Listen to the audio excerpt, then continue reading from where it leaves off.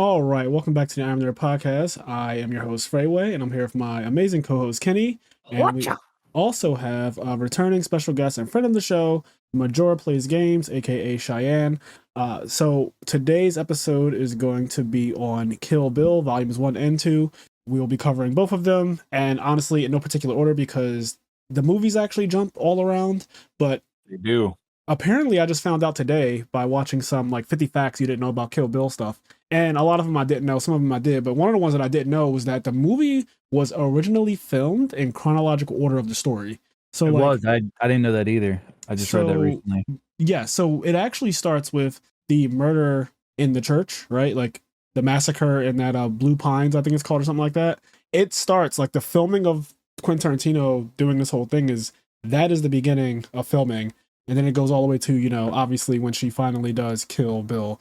But when we watch Volume 1 and Volume 2, if you notice in Volume 1, one of the cool things that I love about the way Quentin Tarantino decided to, I guess, direct and put scenes in certain places when you're watching it, she pulls up to Copperhead's house, Vivica A. Fox's house, right? And I think her name's like Veronica Green or something. Vernita Green. Vernita Green. She pulls up to her house and you already see the name Oren Ishii crossed off. Yeah. Like it's already crossed off. So when I didn't notice that until maybe my like 10th watch as a kid. Really? I didn't notice that for so long that first watch. I not to be like I noticed right away, but fucking first watch, man, because it's like shocking. I was like, oh fuck, like what's that? And then you see her later, and I was like, holy shit. Yeah, like, it's really cool though, right? Like it starts off, cool. She's already killed Oren. So the whole movie, as you're watching her pursue Oren, you know that she kills her. If you realize, now my dumbass when I first watched it, I just didn't notice that detail at all. How old were you when you first saw it? 13. Oh, I'm so fucking jealous, man. I just didn't like give a shit. Like I knew it was in theaters. I was like, oh, it's probably just a movie. But like I was probably like 16, 17. Like I was definitely a little bit older. Okay, so your like I was a little was bit also higher than 2. Yeah, like you were 13. So like So here's the thing. A 13-year-old Fraser was probably smarter than like a 23 Cheyenne. No comment. He might be smarter than a current Cheyenne. Smarter than a 5th grader. No, not this. Okay, so look, how are you guys doing? How are you all feeling? Just life in general before we jump completely in. Oh, it's just fucking. I mean, life in general. It's just I don't know, but life in general. It's a spiraling universe going toward destruction. In the center of our solar system's the sun, and in a couple millennia, that's where we'll all end up. Our ashes, our bones, and our graves won't matter. This is where we'll be. Oh my god, that's like a Kill Bill quote, man. But fucking Kill Bill wise, like I'm good, man. Like I fucking. When's the last time you saw the movie, Cheyenne? It's been a while, man. Like it's like disgraceful. Like probably like recently, we watched it like 8 years or like 7 years or something. But I used to watch it all the fucking time. Like I used to go to sleep to Pulp Fiction as well. Like I would just literally put on Pulp Fiction, go to sleep, and I would do that for like months. Like every single night, just watch Pulp Fiction. But Kenny, what were you about to say?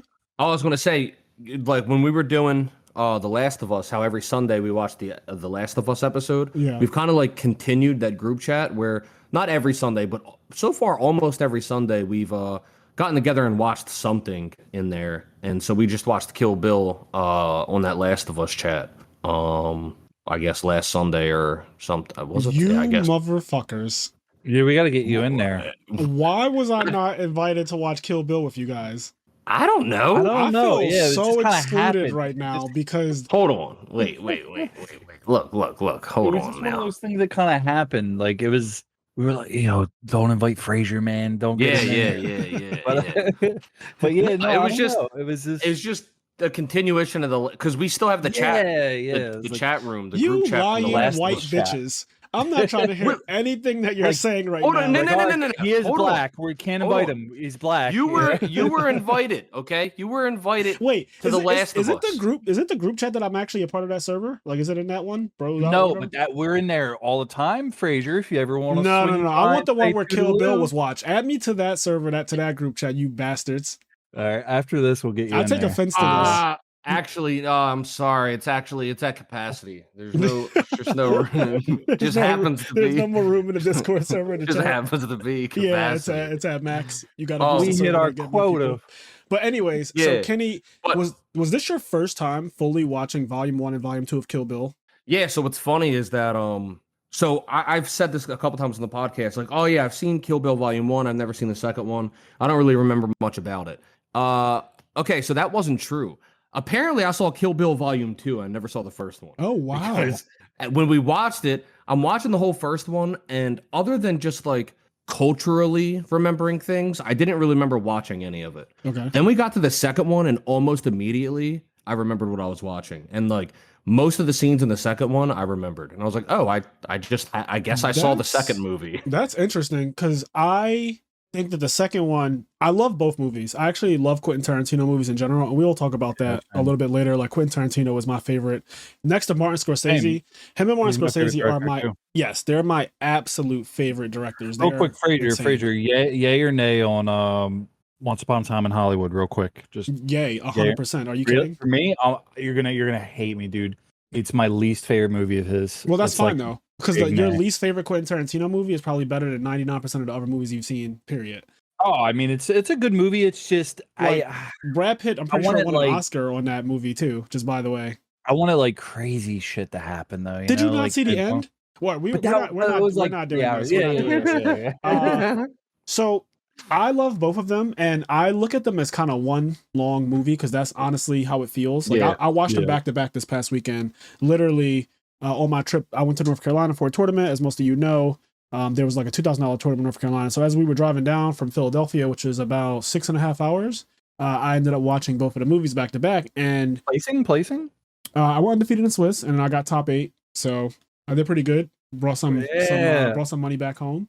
Had a good time. Yeah, there's a whole video about that on the YouTube channel that we just crossed 1,000 subscribers less than a week ago. And so lots of fun stuff coming for the podcast and stuff now. But anyways, yeah, these two movies are kind of just like one long ass movie.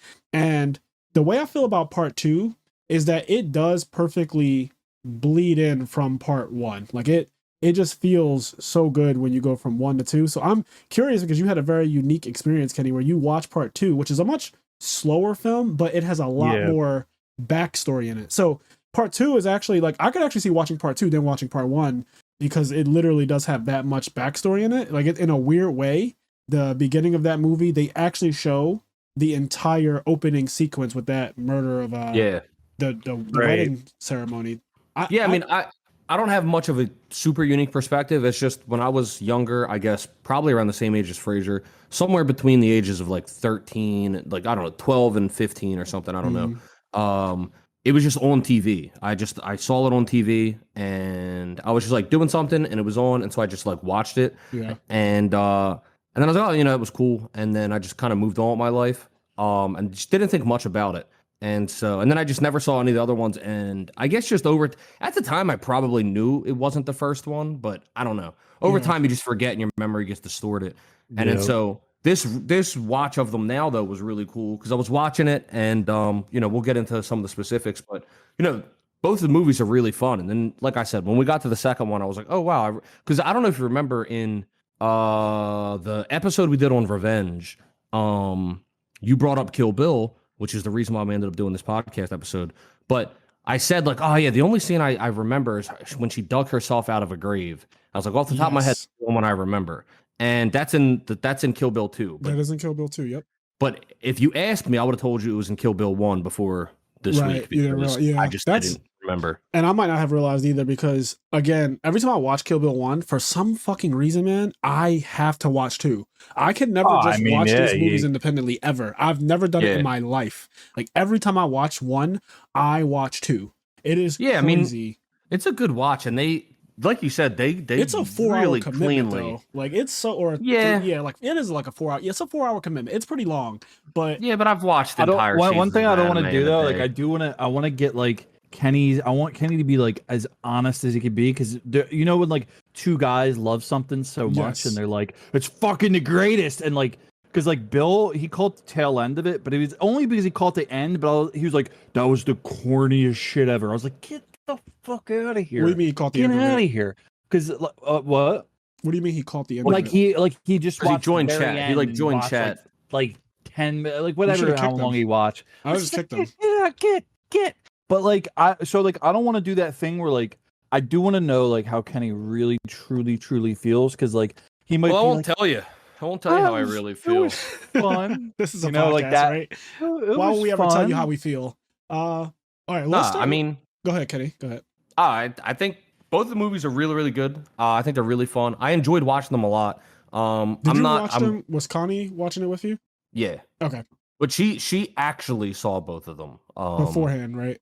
Yeah. Okay. But yeah, we watched them like a little group. And yeah, no, they were really fun. I'm not really the kind of guy that gives like critic scores like 1 out of 10 because it's so awkward. Right. So I don't know. I don't know what score I would give it, but they are American-made kung fu movies made by a very esteemed director.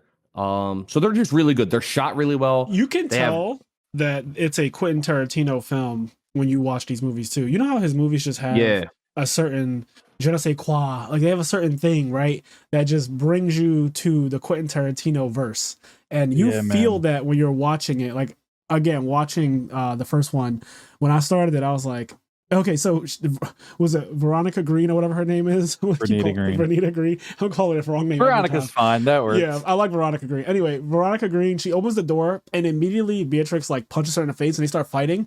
The first thing I noticed when I watched it this past weekend at my big age is the sound effects, right? They're like the super They're so cheesy. silly. They're It's so silly, bro. cheesy, campy. And at first I was a little like taken aback by it, like, oh shit, I forgot that this is so campy. Because that's the word you use for something like that. It's like very campy. Yeah. And like then I also remember that it is influenced by Asian culture where those sound effects and the extras in fights, all of that stuff is directly derived from real Asian kung fu movies. Like that is how But how he they're went ham with stylized. it. There was a part where like the knife barely moves. Oh, yeah, they're just like they're like and this, it's like the knife's not even moving like, really.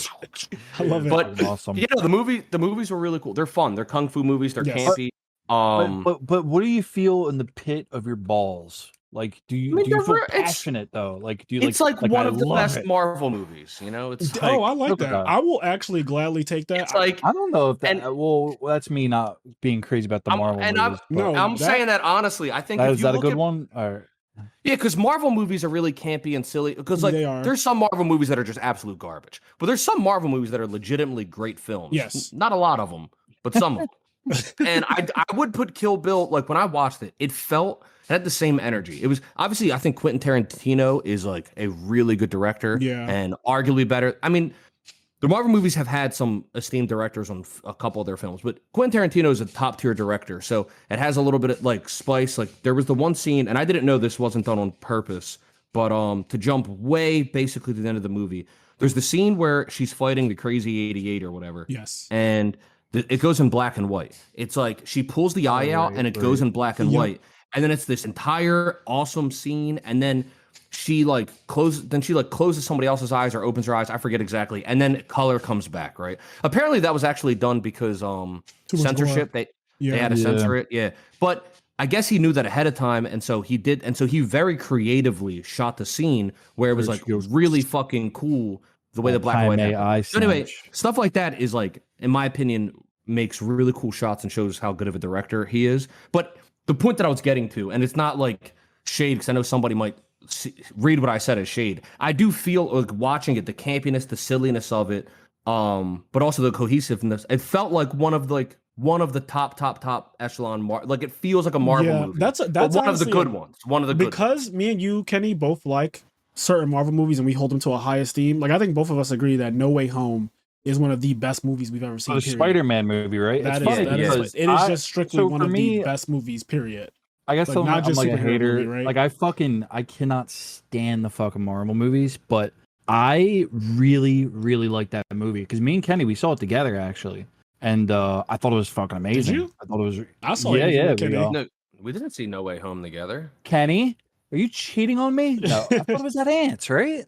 I don't think so. That's anime. Kenny came to my house to see. No, that's no. You're talking about the Miles. You're talking about Into the Spider-Verse. Okay, yeah. All right, fucked up. You're talking about Into the Spider-Verse. That one, I thought that was like just a really good fucking movie. We did see that together. Yes. Okay. I was. Well, that is a good movie too, though. Yeah, But it's yeah. it's animated all the way, whereas this Kill Bill has Right. elements of both, which we can talk about that too. All right, Oh, I there's love it. before we get into that, there's something that I specifically want to talk about because, and this is going to be mostly a Cheyenne thing, I guess. But Quentin Tarantino, when it comes to intros specifically, he is godly. Okay, because I rewatched the opening of Kill Bill Volume 2 specifically to see the part Oh, where dude. she walks out of the chapel while all of her fake family are there and friends and stuff, and then This bitch is starting to piss me off. she hears the flute. She stops, right? And at the time, like now that I know everything about what's going to happen, I'm noticing her facial expression and stuff. So when I first watched this movie, I didn't notice that she was startled from just hearing the sound of a flute outside. But when you realize that he is a snake charmer and that's like his code name and everything, and he plays the flute in various scenes throughout volume 2, when she hears the flute, she stops and there's fucking fear in her eyes. And then she continues outside and she stands there and she goes, "How did you find me?" And he stops playing and he goes, "I'm the man." Man. And I love the tension because this is volume 2. So you already know what happened to her. You know, because volume 1, it opens up with her being beaten up and then saying, "Bill, it's your baby." And pow, and then the gunshot goes off as she says it's your baby. You know that he shot her. He says, "At this time, I want you to know that I am not doing this out of like any kind of weird feelings. This is my most masochistic." Yeah, Like, this is me at my most masochistic. as in, like, Well, I'm hurting. it's your baby. It hurts me to do what I'm doing to you more than it's hurting you. That's Like, what I would do too if I got a woman pregnant. Though I would also do that. Like it's like oh, that. Oh, well, bullet. you know what's Yeah. amazing about it is that he didn't know that it was his baby. I think that that's like one of the best parts. Right, There's yeah, so he many thought it cool was, things about the plot, right? When you think about the plot Tommy of Kill Bill, Plimpton. Tommy Plimpton, that's the name of her radio. What does he own? Like a record Random store? fucking record store. Yeah.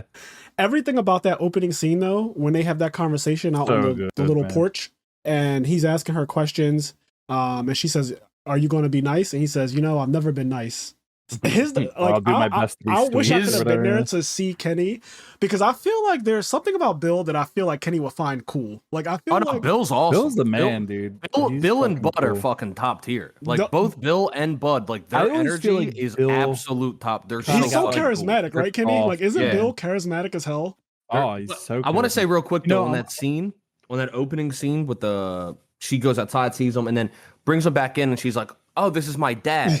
And then like he plays along, and they're talking. Yeah. But then it gets weird, right? Because like they're only 10 steps away, and she's back in the back of the chapel talking to him and kisses him on the lips. And I was like, "That's your dad, right?" Like I knew that wasn't her, but like Right. if I'm Tommy or whatever, Yeah. Yo, I man, love. that was kind of weird. She just I kissed love her dad on the Tommy. lips. Tommy goes. And then 10 seconds later, she kisses him on the lips again. I was like, "Bitch, Yeah, Tommy goes. keep I your like cover." to live. Yo, Tommy goes. I like to live dangerously, and he's like, I know exactly what you mean. It's like what you're dangerous is like you eat spicy Doritos. That's as dangerous as you get, Tommy. You So, don't know what that means. I actually wrote down a direct quote from that specific part, Cheyenne, where Bill says to Tommy while she's standing there in her wedding dress, he said, "I've heard of a wedding rehearsal. I've never heard of a wedding dress rehearsal." And then he says, "Isn't it bad luck for the groom to see the bride in her wedding dress before the ceremony?" And then that's when Tommy responds, "I guess I believe in living dangerously." Yeah. And everything about this scene, when you frame it a certain way, it's so Oh. tense, right? Because to Tommy and the people in the background, there is nothing wrong with what's happening right now. But to you, the viewer, and to Kiddo, she knows and you know as the viewer, like, this is bad.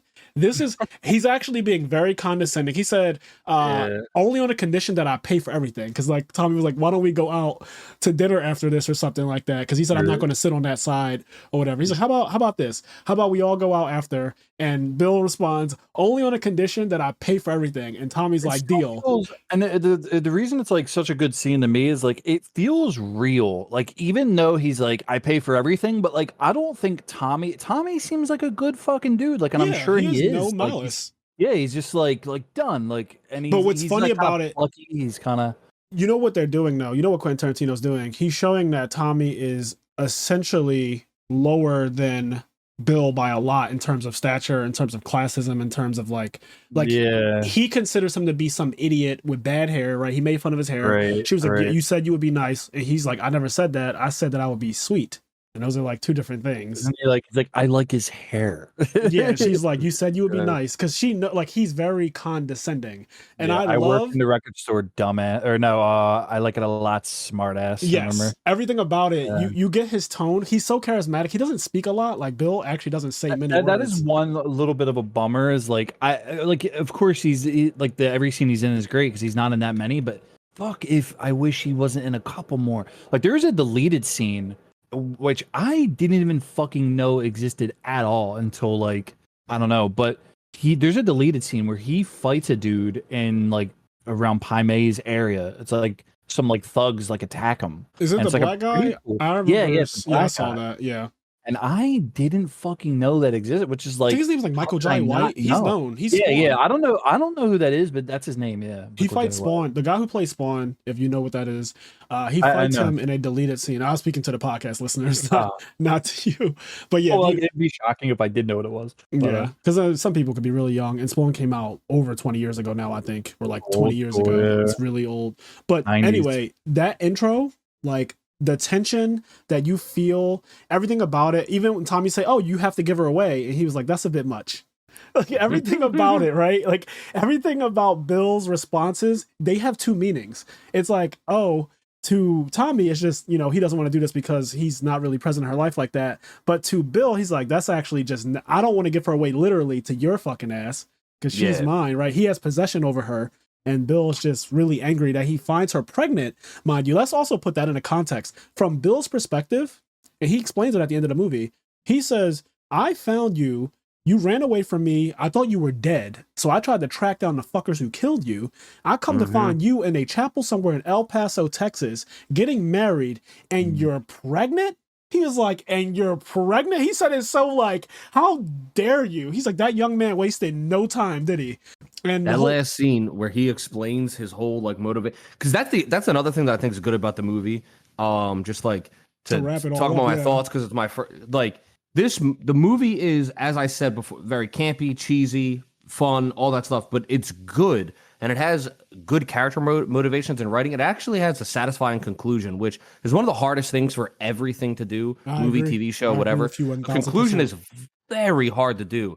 And when you get to the final scene of this movie and you get the whole conversation between Bill and Beatrix, and they're just talking, and he's stealing the show with just his acting in general. He's Oh my but like, god, bro! and his whole I'm story, glad and you it's like, felt it because it's like a masterclass. The way it's he really does it. good. Monster, And then just dude.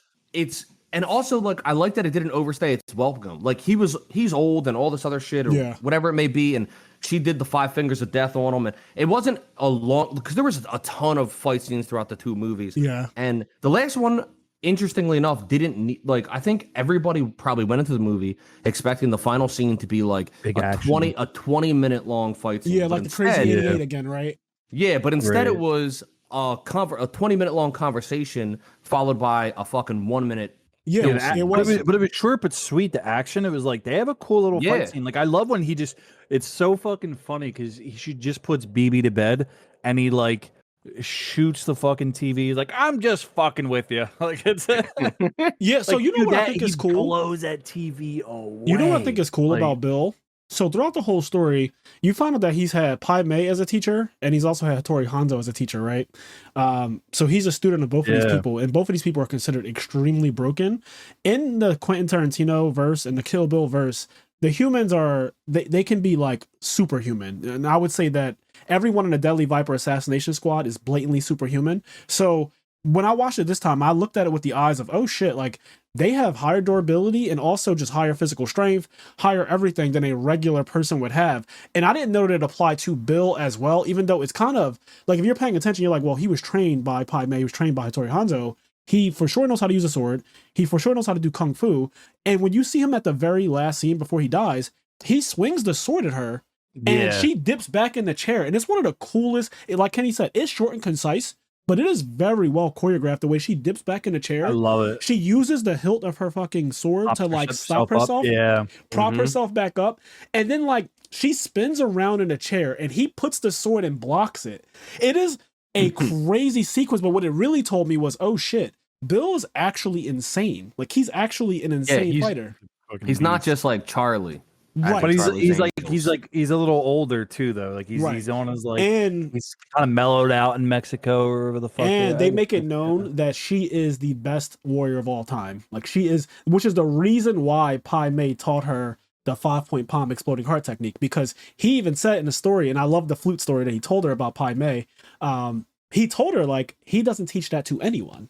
And then when he says Pai Mei taught you the 5-point palm exploding heart technique, and she cries and she says, yes, of course he did. And when she says, of course he did, watching it again at this age that I am right now, I realized what she was saying. Like, I'm the shit. I'm that fucking good. And it also, that rings true throughout the whole movie, because Elle Driver, the eye patch woman, she also hated Beatrix Kittle, but she respected her. Yeah, because when she found out, when she thought she was dead, when Bud just killed her with a fucking shotgun, and then buried her alive, she was like, and when she when she kills Bud, she's like, you know, Beatrix, like whatever, I hated her, but she deserved better. Like she deserved to die better. Like I can't warrior's believe death. I can't believe she fucking died to you. She said maybe the best warrior I've ever known, right, or that's ever lived, was beat by some backwash, low country, bushwhacking, scrub alky piece of shit like you. Yeah, she said the answer, and mind you, he's dying on the ground, writhing in pain at the time, and she's like, to answer your question a little bit more in detail from earlier, she props up and everything, and she's like, you know, I do have regret. You asked me which R, like it is regret that a backwash tobacco spitting, and she gives it to him. But Bill, everything about that last like 30 minutes of the movie where she comes in with the gun. And he knows that she's on the way, clearly. But he has the daughter that she thought was dead this entire time. And so it's a big reveal at the end of the first movie. After she kills the Crazy 88 and kills Oren Ishii, she captures one of basically Bill's subordinates.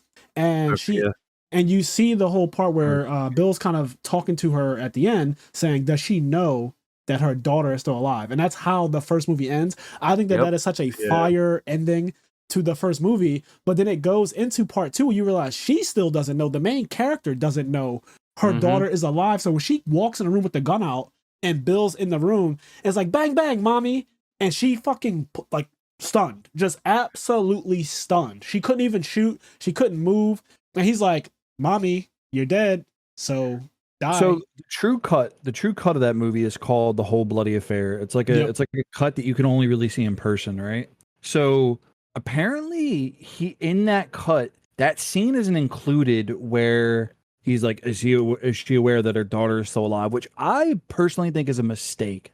Like, I think it should be included because I think it's a really cool fucking like little moment. And you're like, oh shit. But like if you would just see her at the very end and you didn't even know at all, I could see the she was impact like being alive. bigger, though.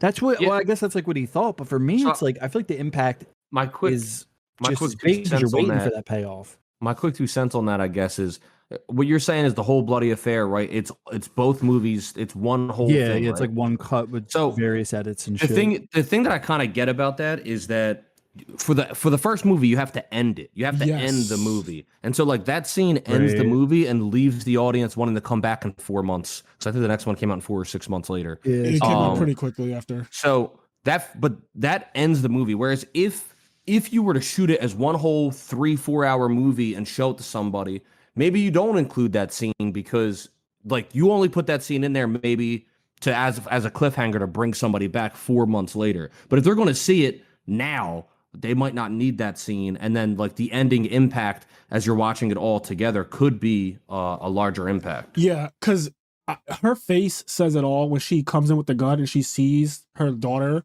right there with the fake gun or whatever, like bang bang, mommy. You're just completely like pacified, like all that like anger and all that shit just immediately goes away. That's another thing that I think that is really good about the ending and like the character writing, motivation, etc.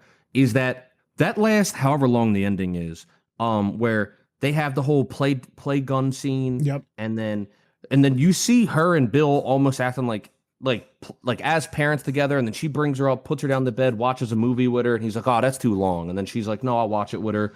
And then they go down to it almost creates a weird situation where you're like, I kind of don't want them to kill each other. Yeah. Like, yeah. Yeah, they're like kind of like you know they have to kill each other, but you don't want like it creates like you almost just like you want them to be like, what if they just get past it for the kids? You know. Also, What if, can I say this? I thought when I was first watching it, so this is literally 2003, right? When I first watched it, I was nervous that he was pacifying her with the daughter and that he was going to do something sneaky to like either poison her or make her fall asleep some kind of way or come into the room and like I thought something bad was going to happen. Now when I watch it and I know it's going to happen and everything, I love how respectful Bill is to her spending those initial those first moments with her daughter. I love that he just lets it happen so organically. Yeah. He doesn't do anything weird. He makes her like a sandwich and shit. Bro, Yeah, everything like, it's about so it. Domesticated. And then he also tells her, and this is something that I just heard on YouTube. This is not my own original thought, but I want to ask you guys how you feel about this. So that story with the sandwich and the goldfish and all that, he's making her a sandwich. The daughter's eating it. Beatrice is standing right there. You know that she wants to kill you. She came all this way to kill you. She's killed everyone in a Deadly Viper assassination squad. She finally got to you.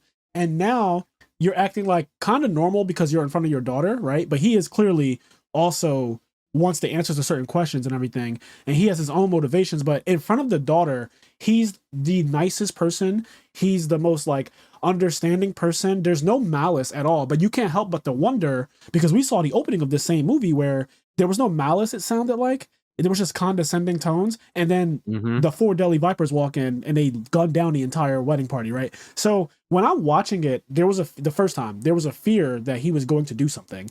And then it got to the story about death. So this is the part that I was going to ask you guys how you feel about this. Yes. Emilio the goldfish. Right. So people speculate that Bill was actually training his daughter to be an assassin. And there's a lot of little like ways that people are basically like proving that out or going with their theory. And if you look at the movie that she wanted to watch, and he's like, that's too long. So Shogun Assassin is actually just that. It is a movie about assassins and killing and violence and all that type of stuff, right? She also kills the goldfish for no particular reason. We don't really get a motivation on it. She just kind of like takes the goldfish out, puts it on a carpet, sees it squirming, and then she steps on it, and then she removes her foot, and the goldfish is not moving anymore. And he asks her, how did the goldfish, because she says the goldfish was on the carpet, so I put my foot on it. And he's like, that's a really strategic way of saying it. He said, you strategically said the goldfish is on the carpet, and he was like, how did the goldfish get on the carpet? Because you know how kids are dumb. Yeah, they'll leave some shit out. They leave some shit out trying to be sneaky because they they put don't him on realize the carpet. He's like, oh, you put him on the carpet. The plot thickens, right? So there's this whole part about him explaining, and the whole way he prefaced this conversation was he said, even a kid can understand the concept of death, right? Like and this whole thing about death. Like why is he so hung up on his daughter understanding death? She's 4 years old to be exact, because it's been 4 years since she's been in a coma. So the little girl's 4 years old. So she's extremely young. And Shogun Assassin is her favorite movie. She killed her goldfish, and we don't know motivation or reason why. But the other thing that's interesting about it is that he did not reprimand her or anything for doing it. He just kind of like but I think he kind of knew like she had to just learn that life lesson. You know what I mean? Yeah. Like he probably did the same shit when he was a kid. Just everybody does that dumb shit. I think I mean, it's possible that like people are just looking into it too much and like he wasn't training her for anything. But Beatrix does say, or like when he asked her, like, like, why the fuck did you leave? Like, why didn't you tell me, whatever? And like her whole point is she was like, I couldn't let you have my daughter. Like, because the whole reason Beatrix left is because she, at least in her opinion, knew that Bill would have trained their daughter to be an assassin. So at the very least, that theory I think holds some water. Yeah. Because the main character believed that that's what Bill would do with their daughter. Whether or not that's what he was doing, I don't know. I personally like to think Bill was out of the game. Like I like to think like Bill, he fucks. Bill likes to fuck. I personally think he had something going on with all the ladies. Probably. Bill likes to fuck. That was kind of insinuated that he is a womanizer. We never really see the relationship with him and Oren Ishii. We never really see the relationship with, like, I wish we got to see his reaction to Bud dying. We don't ever really know. All we ever know is Bill, Well, I'm you do sorry, see your his brother's relationship dead. with Elle Driver, and it's very clearly a romantic one. Yeah, oh yeah, absolutely. So him and Elle blatantly have a romantic relationship. A That thing is going on, 100. Yeah, that's right. 100% there. Elle is also very possessive of Bill, and she's very jealous of Beatrix, and Right. just the fact that like that's his main gal.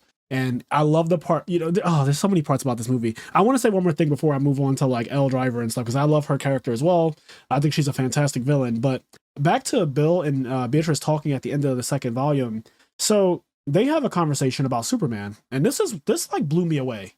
This was once again another really fucking cool part, like of that final scene, that final interaction with Bill and Bellatrix, like that. The Superman, boys? like he You talks got your about super so boys much too? shit. Like it is so good. It is so good. Whatever He a was Superboy talking is, I don't about know. he was talking about Batman and all these other superheroes, and how, at some point in their life they became a superhero and they put on these costumes, and that's their alter ego, that's their like new identity or whatever while they're in that costume. And then he goes, but Superman is different. Superman was actually born in the big S on his chest thing. Like that is his actual clothes that he was born in. That's how he came to Earth. Superman puts on a suit. He puts on glasses. He's frail. He's cowardly. He's weak.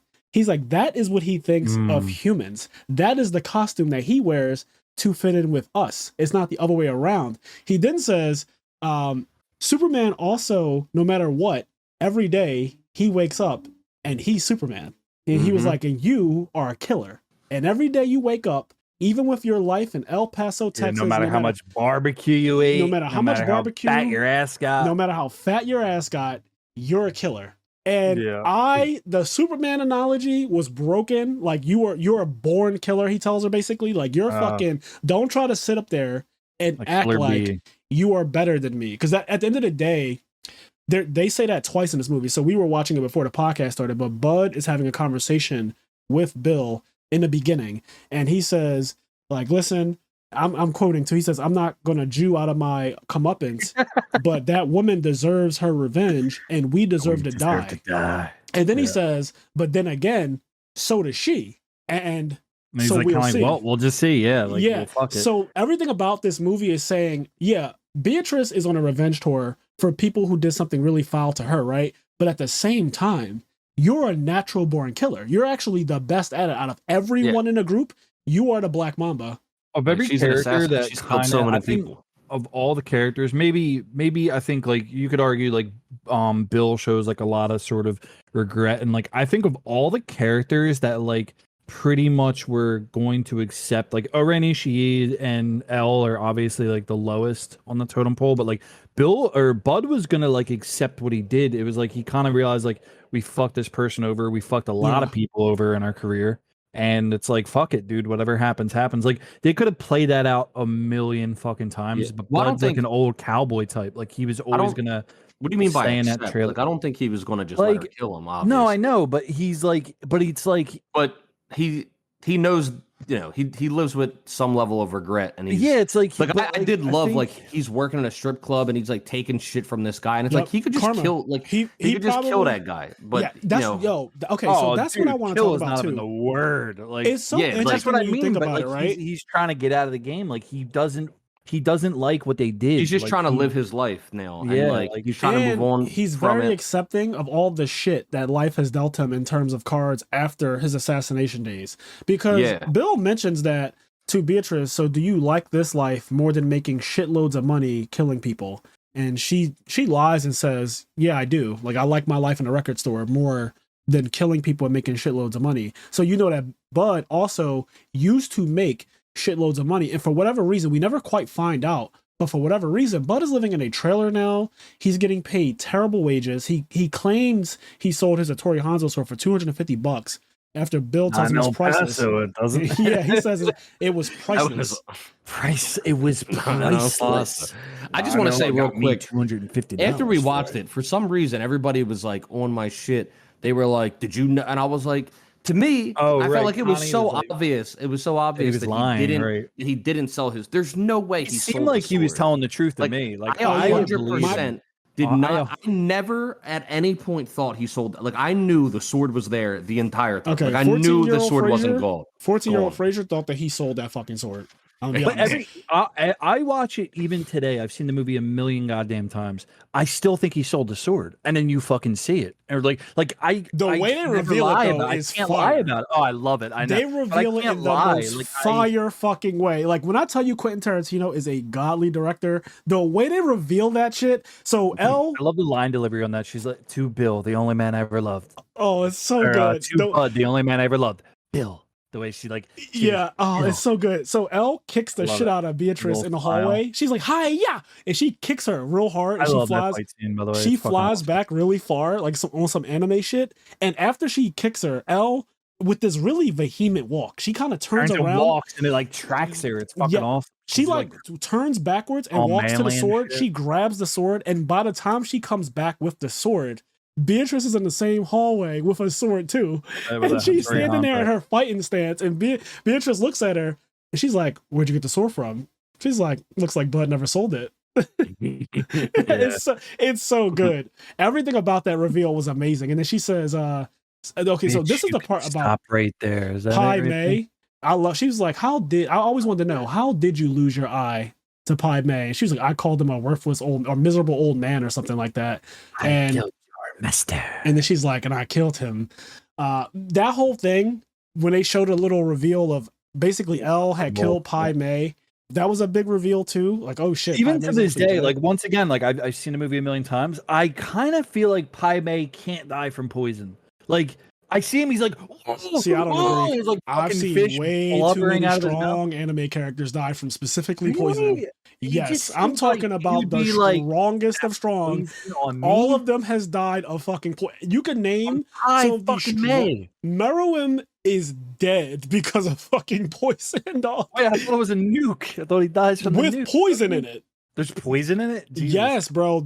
Poison has taken out damn. so many strong Here's- characters in I like guess- every I guess fantasy. For me, there's something about it where I feel like he could drink like a fucking thing of poison and it'd just be like a fucking white beard sort of thing, or like a Yeah. big monster. Don't get me wrong. I was disappointed, not literally disappointed at the movie or anything, but I was disappointed that is the way he died. He died to, in Game of Thrones, I'm quoting this, a woman's weapon, as they call it.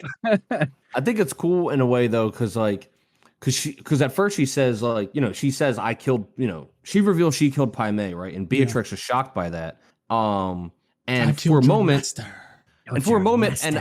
you don't get to actually hear this, but from my perspective, that puts a little bit of fear into Beatrix, because if she was able to kill Pai Mei, that means she's the shit. Like she might be able to kill me, because like if she could kill Pai Mei, but then you realize she didn't kill Pai Mei. She didn't kill beat Pai Pai Mei. Mei. I also She cheated him. She And death because noted him. because she him. cheated him, there's no way she could possibly beat Beatrix. And I think that's like really cool. I got something different from that though, Kenny. When she said that, I feel like Beatrice was like, "Bitch, you are fucking dead." Well, no, I agree with that, Probably but a I also mixture.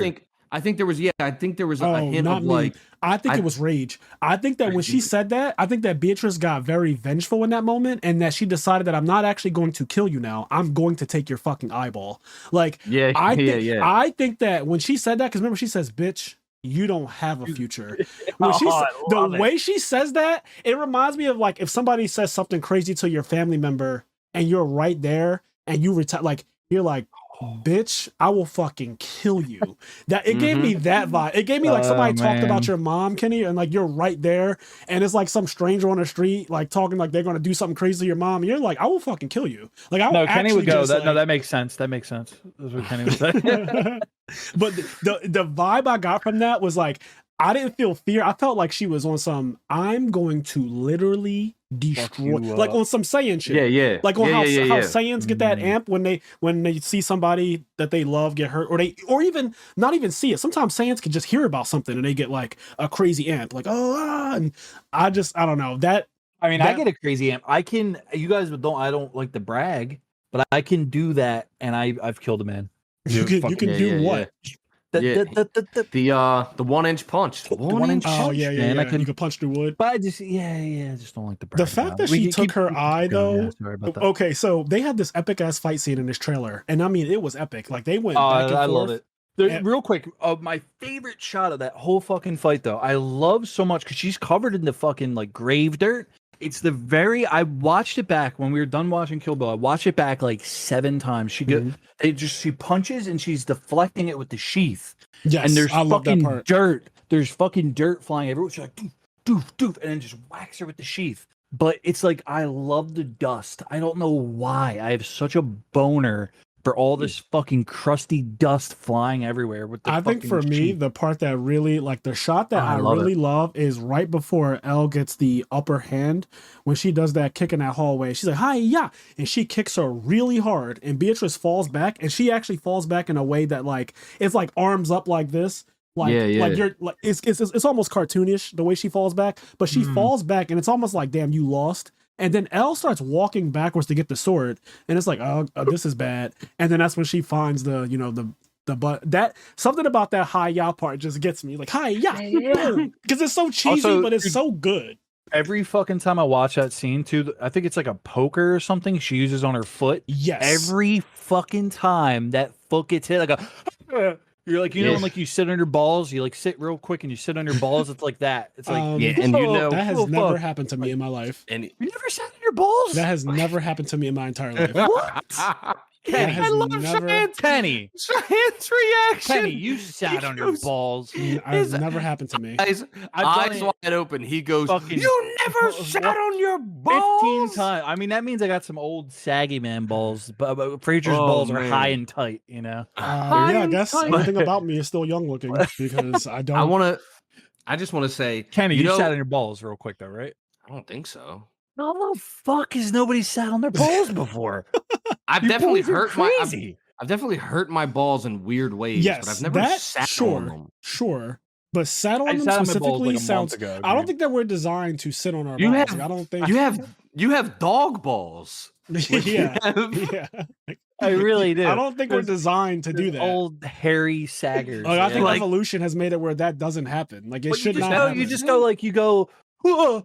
You're like good. No, you got, but it like stings for like 10 seconds. You're like, oh, fuck. I've plopped down sitting my whole life. I plopped down. I feel like if I sat on my balls, I'd die. Yeah, I feel like something. I know. would be wrong That's with that. how it feels when you sit on your balls, Kenny. All right. So anyway, well, I wanted to say, you know, it was hard for Quentin Tarantino to do that scene because like he's. It was hard for him. It was hard for him to harm a foot. You know what I mean? Like, yeah. He just couldn't harm a. He sees a foot. He just gets rock hard. Dude. I did some research. There's 37 foot shots between the two movies. Oh shit! 37. No. Wiggle your big toe. I made that up. But I just made a number up. Hold on. That's a very reasonable number. Yeah, what there actually are. All right, here we go. Everybody, real quick, guesses. I Googled it before we started, and I couldn't find. I tried to Google, like, what are the number of foot shots in Kill Bill? I couldn't find an exact number. I just got a bunch of articles about Quentin Tarantino's foot fetish. But I do want to go through Kill Bill and, like, make a tally of every fucking foot shot. Because there might be 37. Yes. Yeah, that's a reasonable There's guess. a whole scene dedicated to wiggle your big toe. Like, I know. Whole thing on just when I was a kid, I was just like, oh, she has to get out of her like paralysis sort of thing or atrophy. But like, we watched a documentary of R. Kelly, and there's a scene. Can I do an air hump? I don't know if I could do an air hump, but there's a scene. It's a Patreon. It's Patreon. He goes, he's getting in there, right? So we watch this documentary. It's a 15 episode R. Kelly documentary. They put that fucking air hump in the documentary like 9 times. Yeah, like, there's like the foot shots. It's like every other episode, there's like an air hump R. Kelly shot, and we started counting them. The best part though is that Cheyenne screenshotted a part where like they're talking and the subtitles are on, and it says victims of sexual assault, and it's just like a still of R. Kelly like humping. It's absurd. But anyway, this is so wild. But yeah, anyway, so Defeat and Kill Bill has got to be fucking. I think it's like over 30. I think it's over 30 for sure. I would say probably around the 45-ish mark if I had to guess. I'm thinking of some scenes in my head that have feet in them. I remember when Oren walks in with her squad into the like blue leaves or whatever it's called, that place. Yo, they made that fucking song famous, by the way. They did. That shit was on like a fucking Burger King commercial. It was. Anything. It was like they milked that. They said like, that became the theme song. That became the theme song for Kill Bill because of how big I don't know if that was an original. Yeah, it pretty much did. Like I don't know if that was an original song or whatever, but like they would have made bank on that fucking song. Yeah, 'cause when that song was Oren like walks in with in her the squad, popular though, culture for like 2 years, man. when Oren walks in with her squad, you literally Yeah. see a zoom in shot of just her feet and like the shoes she's wearing. She's basically dressed like an Oiron, I think. I don't know if I'm saying that Yeah. word right, I but think that's yeah, she's dressed like, and I only know that word from One Piece. Very recent events in One Piece have basically told me like what the people who dress like that are called, and the way Oren is dressed and the shoes that she's wearing and the robe and everything, the way her hair is, everything about it screamed Wano arc. And I was like, oh wow, this is actually really cool. Now that I'm watching Kill Bill after having seen more media, and I get a little more appreciation. yeah, like I'm more entrenched in Japanese culture and stuff because the whole Wano arc is basically that. But Fraser, real quick, there's a dude that tails along with her, and it's like one of her bodyguards, and he has like this crazy like fucking pompadour, and he's I know like, exactly what you're talking about. He's right tell behind me her. that's in that not a shot. Kenny boy. What do you mean, Kenny's boy? fighting. That's like a Kenny boy. Like I don't Kenny loves that guy, but Kenny's like, oh, he's just a guy. I was Yeah, I like, just a love guy, pompadour. I love pompadours, but he doesn't look cool. Yeah, he he looks didn't look corny cool. as fuck. The But two he's guys like a behind Kenny her that you boy. see in the shot, they kind of zoom in on him. There's They don't one really look guy- cool. I don't remember if it's that guy with the pompadour or another guy, but we were watching it, Frazier, and there was one of the guys. I was like, "Oh my god, he has some AI generated teeth." Like his It's that fucking- guy. It's the guy we're talking about. He has AI generated teeth. Like and I his said it looked like teeth he looked like he had are AI absurd. generated fingers in his mouth. It was like fucking, They didn't look real. they were just just- were He fucked. had like 7 rows of teeth. Like it was, What? That sounds creepy, by the way. That just sounds like some horror He looked shit. like a fucking shark. Yeah, that sounds wild. All right, Oh, so I let's can't talk find a about picture of this let's boy. talk about Oren Ishii a little bit because I think that her story. Yeah, we first of didn't even all, really touch on that. she and that's got like the the whole anime first movie. anime intro, like the love anime it. scene was really cool. Bro, Really cool. that part. So this is why we're Song is talking awesome. about Kill Bill on the IMNerd podcast because I feel like this is Quentin Tarantino's like ode to nerd culture. This is a very nerdy film. It has samurai swords, kung fu, anime, right? And then it has like a lot of other things that I think people who are nerdy, and I'm using like air quotes with that, people who are relatively nerdy humans would find really cool things about the Kill Bills Volume 1 and 2. What's cool about it is it's a credit to how good of a director he is, because if you just take the entire movie, right, and you explain it to somebody, it is the worst weebiest movie. It's Yes. literally it'd like be nonsense. what if an American weeb watched a lot of kung fu movies Yep. and tried to make a movie? Like it is the worst movie ever if you give it to just like that guy and Yes. you just say what the script like the idea is. Yeah. But credit to his screenwriting and whatever, and I don't know whether or not he does absolutely everything himself in terms of screenwriting, but It took him sure he 10 does. years. It took him 10 years to do this, by the way. 10 well, years. oh, on that note, I don't know if you know this or not. You might know it. Me and Cheyenne, of course, I just found out about it because I'm a Kill Bill noob. But we were talking about this anyway, because at the end of the movie, in the credits of the first movie and the credits of the second movie, it says like "From the Bride," written by Q and U, which is Quentin and Characters Uma based Thurman. on characters by yeah. Q Yeah, and U. based on characters from the Bride or whatever. And I was like, what the fuck is the Bride? I was like, is Kill Bill based on a book? I was like, what's the Bride? And it was fucking bothering me. So after we watched the two movies, I looked it up, and basically in Pulp Fiction, there's a scene in there's the scene where they're in the diner and they're talking, and Uma's character says that like she was in a TV pilot and it was called like the 5 Foxes of Death or whatever the fuck it was called. The Some 5 shit, yeah. whatever.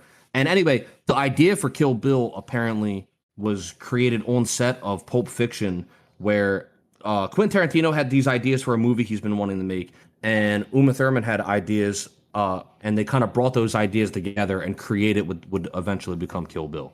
Yep. And it took 10 years for him to finish the story writing. She got pregnant at some point during those 10 years. And he changed the script so many times, he said, which actually worked to his benefit because he incorporated the fact that she was pregnant into the actual writing.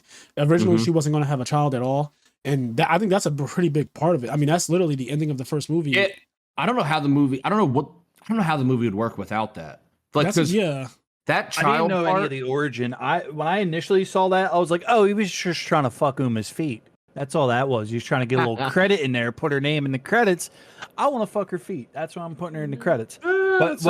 So like, I didn't know that story about them being on set, and so because like initially, it's like in my mind, it's like you say anybody did something with Quentin, and so everybody's gonna go, yeah, but Quentin did it, right? Like Quentin did all that, because like that was what I was thinking. I was like, there's no fucking way Uma Thurman came up with this. So it was kind of cool to hear that origin. I didn't really this know is where the based fuck it came on from. I think Japanese or Chinese. I'm not sure which one. Lady Vengeance or some shit. Yeah, that's not. Or is that a new movie? No, that's it's a not newer called movie. Lady Vengeance, but it's called Lady something. It's based on a story that's in Asian culture. Another movie from a while Lady ago. Snowblood. Snowblood, that's what it's called. It's based on a movie called Lady Snowblood, where a woman is, trigger warning, she is raped, and instead of being killed, she ends up killing the person who does the act, and she goes to prison. And while in prison, she ends up having a child that is raised as an assassin to get revenge for what happened to her mother. And so she goes on a revenge tour, killing a bunch of people, and that's essentially what Kill Bill was derived from. Like, it is blatantly inspired by that. But then also, like you said, Uma Thurman and Quentin Tarantino, they collabed on a lot of the things that were going to happen, and the fact that Uma Thurman was pregnant and stuff in real life. I think the wedding scene, I think the murder at the wedding was Uma's idea, from what I read. That's like that amazing. whole, that's brilliant. Yeah, I think the wedding murder and everything, and like her being murdered in the wedding dress, from what I remember reading, I think that was actually Uma's idea. Yeah, really brilliant. But we were talking about Oren Ishii before we got a little sidetracked. Yeah. So she has this crazy introduction in the beginning of the first movie, essentially, right after she kills, I'm gonna say her name wrong again, but Veronica Green.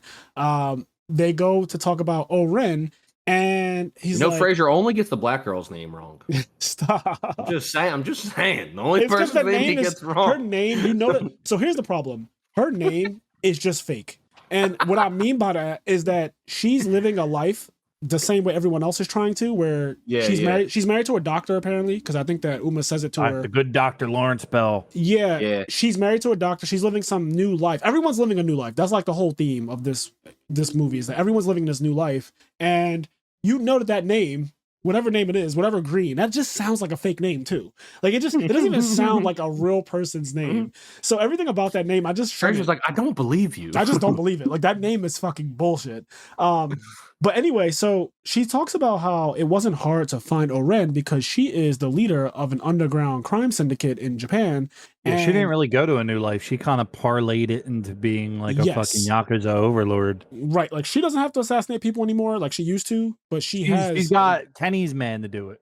Kenny's favorite AI-generated teeth. Like, not at all. Kenny's loves him. My guy is fucking Bud, Bill, and Buck. And I like my name is Buck. I wanted it, and I'm here. Fuck.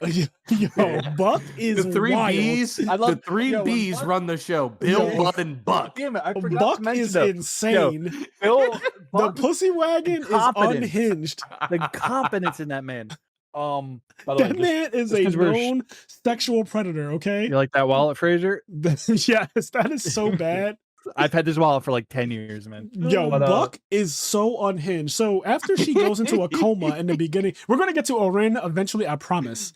But now that Buck was brought up, I feel like we have to talk about him because he is the scariest character in all things fantasy for me, okay? I've never seen anyone carry a small jar of Vaseline. Oh, it's covered in fucking pubes. It's covered in actual... and all kinds of shit on it. He's like, real quick though, this is just for the Patreon people. Let me reenact Buck when he goes. No, please don't. At the bed. No, he goes, my name is Buck, and I'm here to fuck. Yes. Like he does like this little shimmy. He says it just like that. My name is Buck, and I'm here to fuck. He actually says, my name is Bucks. For some reason, I want to know what Fraser thought you were going to do because I'm not going to pull my dick out. So here's the thing. We are currently monetized now on YouTube, and we're working on changing that. Now. I have a legitimate fear now that I didn't used to have about obviously that monetization. So I don't want us to lose that or be dropped out of the YouTube partnership program. So I'm trying to not go absolutely ham. There was I'm trying to go Kill Bill on that monetization. But Buck, I'm willing to talk about Buck and all of his insanity. You guys think Buck is the third brother, like Bill, Bud, and Buck? He probably is. It's possible. Yeah. I think it's possible. I think he just wasn't trained up. He kind of was like, "You boys are crazy. I just want to fuck." The fact that he was selling her body, dude, it's insane because the implication there, like you watch what happens there, and like this isn't even like a hidden thing. It's but maybe somebody missed it. The implication there is that she's been raped for 4 years incessantly. Literally 4 years. Like straight. that is, do you realize? Like he is. All jokes aside, he really is like one of the worst. That's what I'm saying. He is the worst thing in fantasy. Like, he's selling her too. He is a horrible, but he's like horrible person. It's funny because they come in. He's like, oh, what are they, like doctors or something? He comes in. He's like, well, pussy doesn't work. Come in there all you want. He's like, he's like, the plumbing down there doesn't work anymore, so feel free. Yeah, but like he said that 100 million times. He had a speech. Did you notice that it was like rehearsed?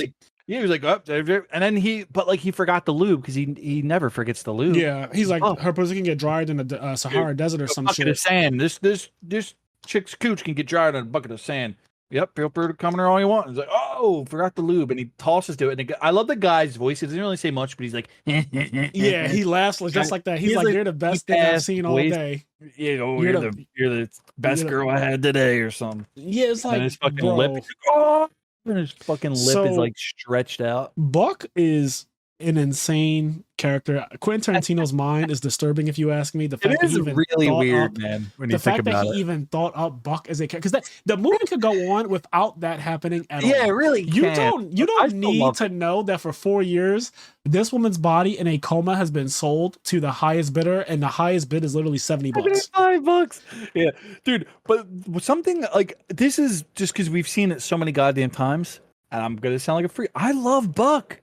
He's fucking okay. Well, funny. you always like the terrible characters. You tried to convince us in The Last of Us that your friend in episode fucking 8 was like not that bad, and I'm like, no, he is that bad. He's complicit in everything that's happening. Like he is bad.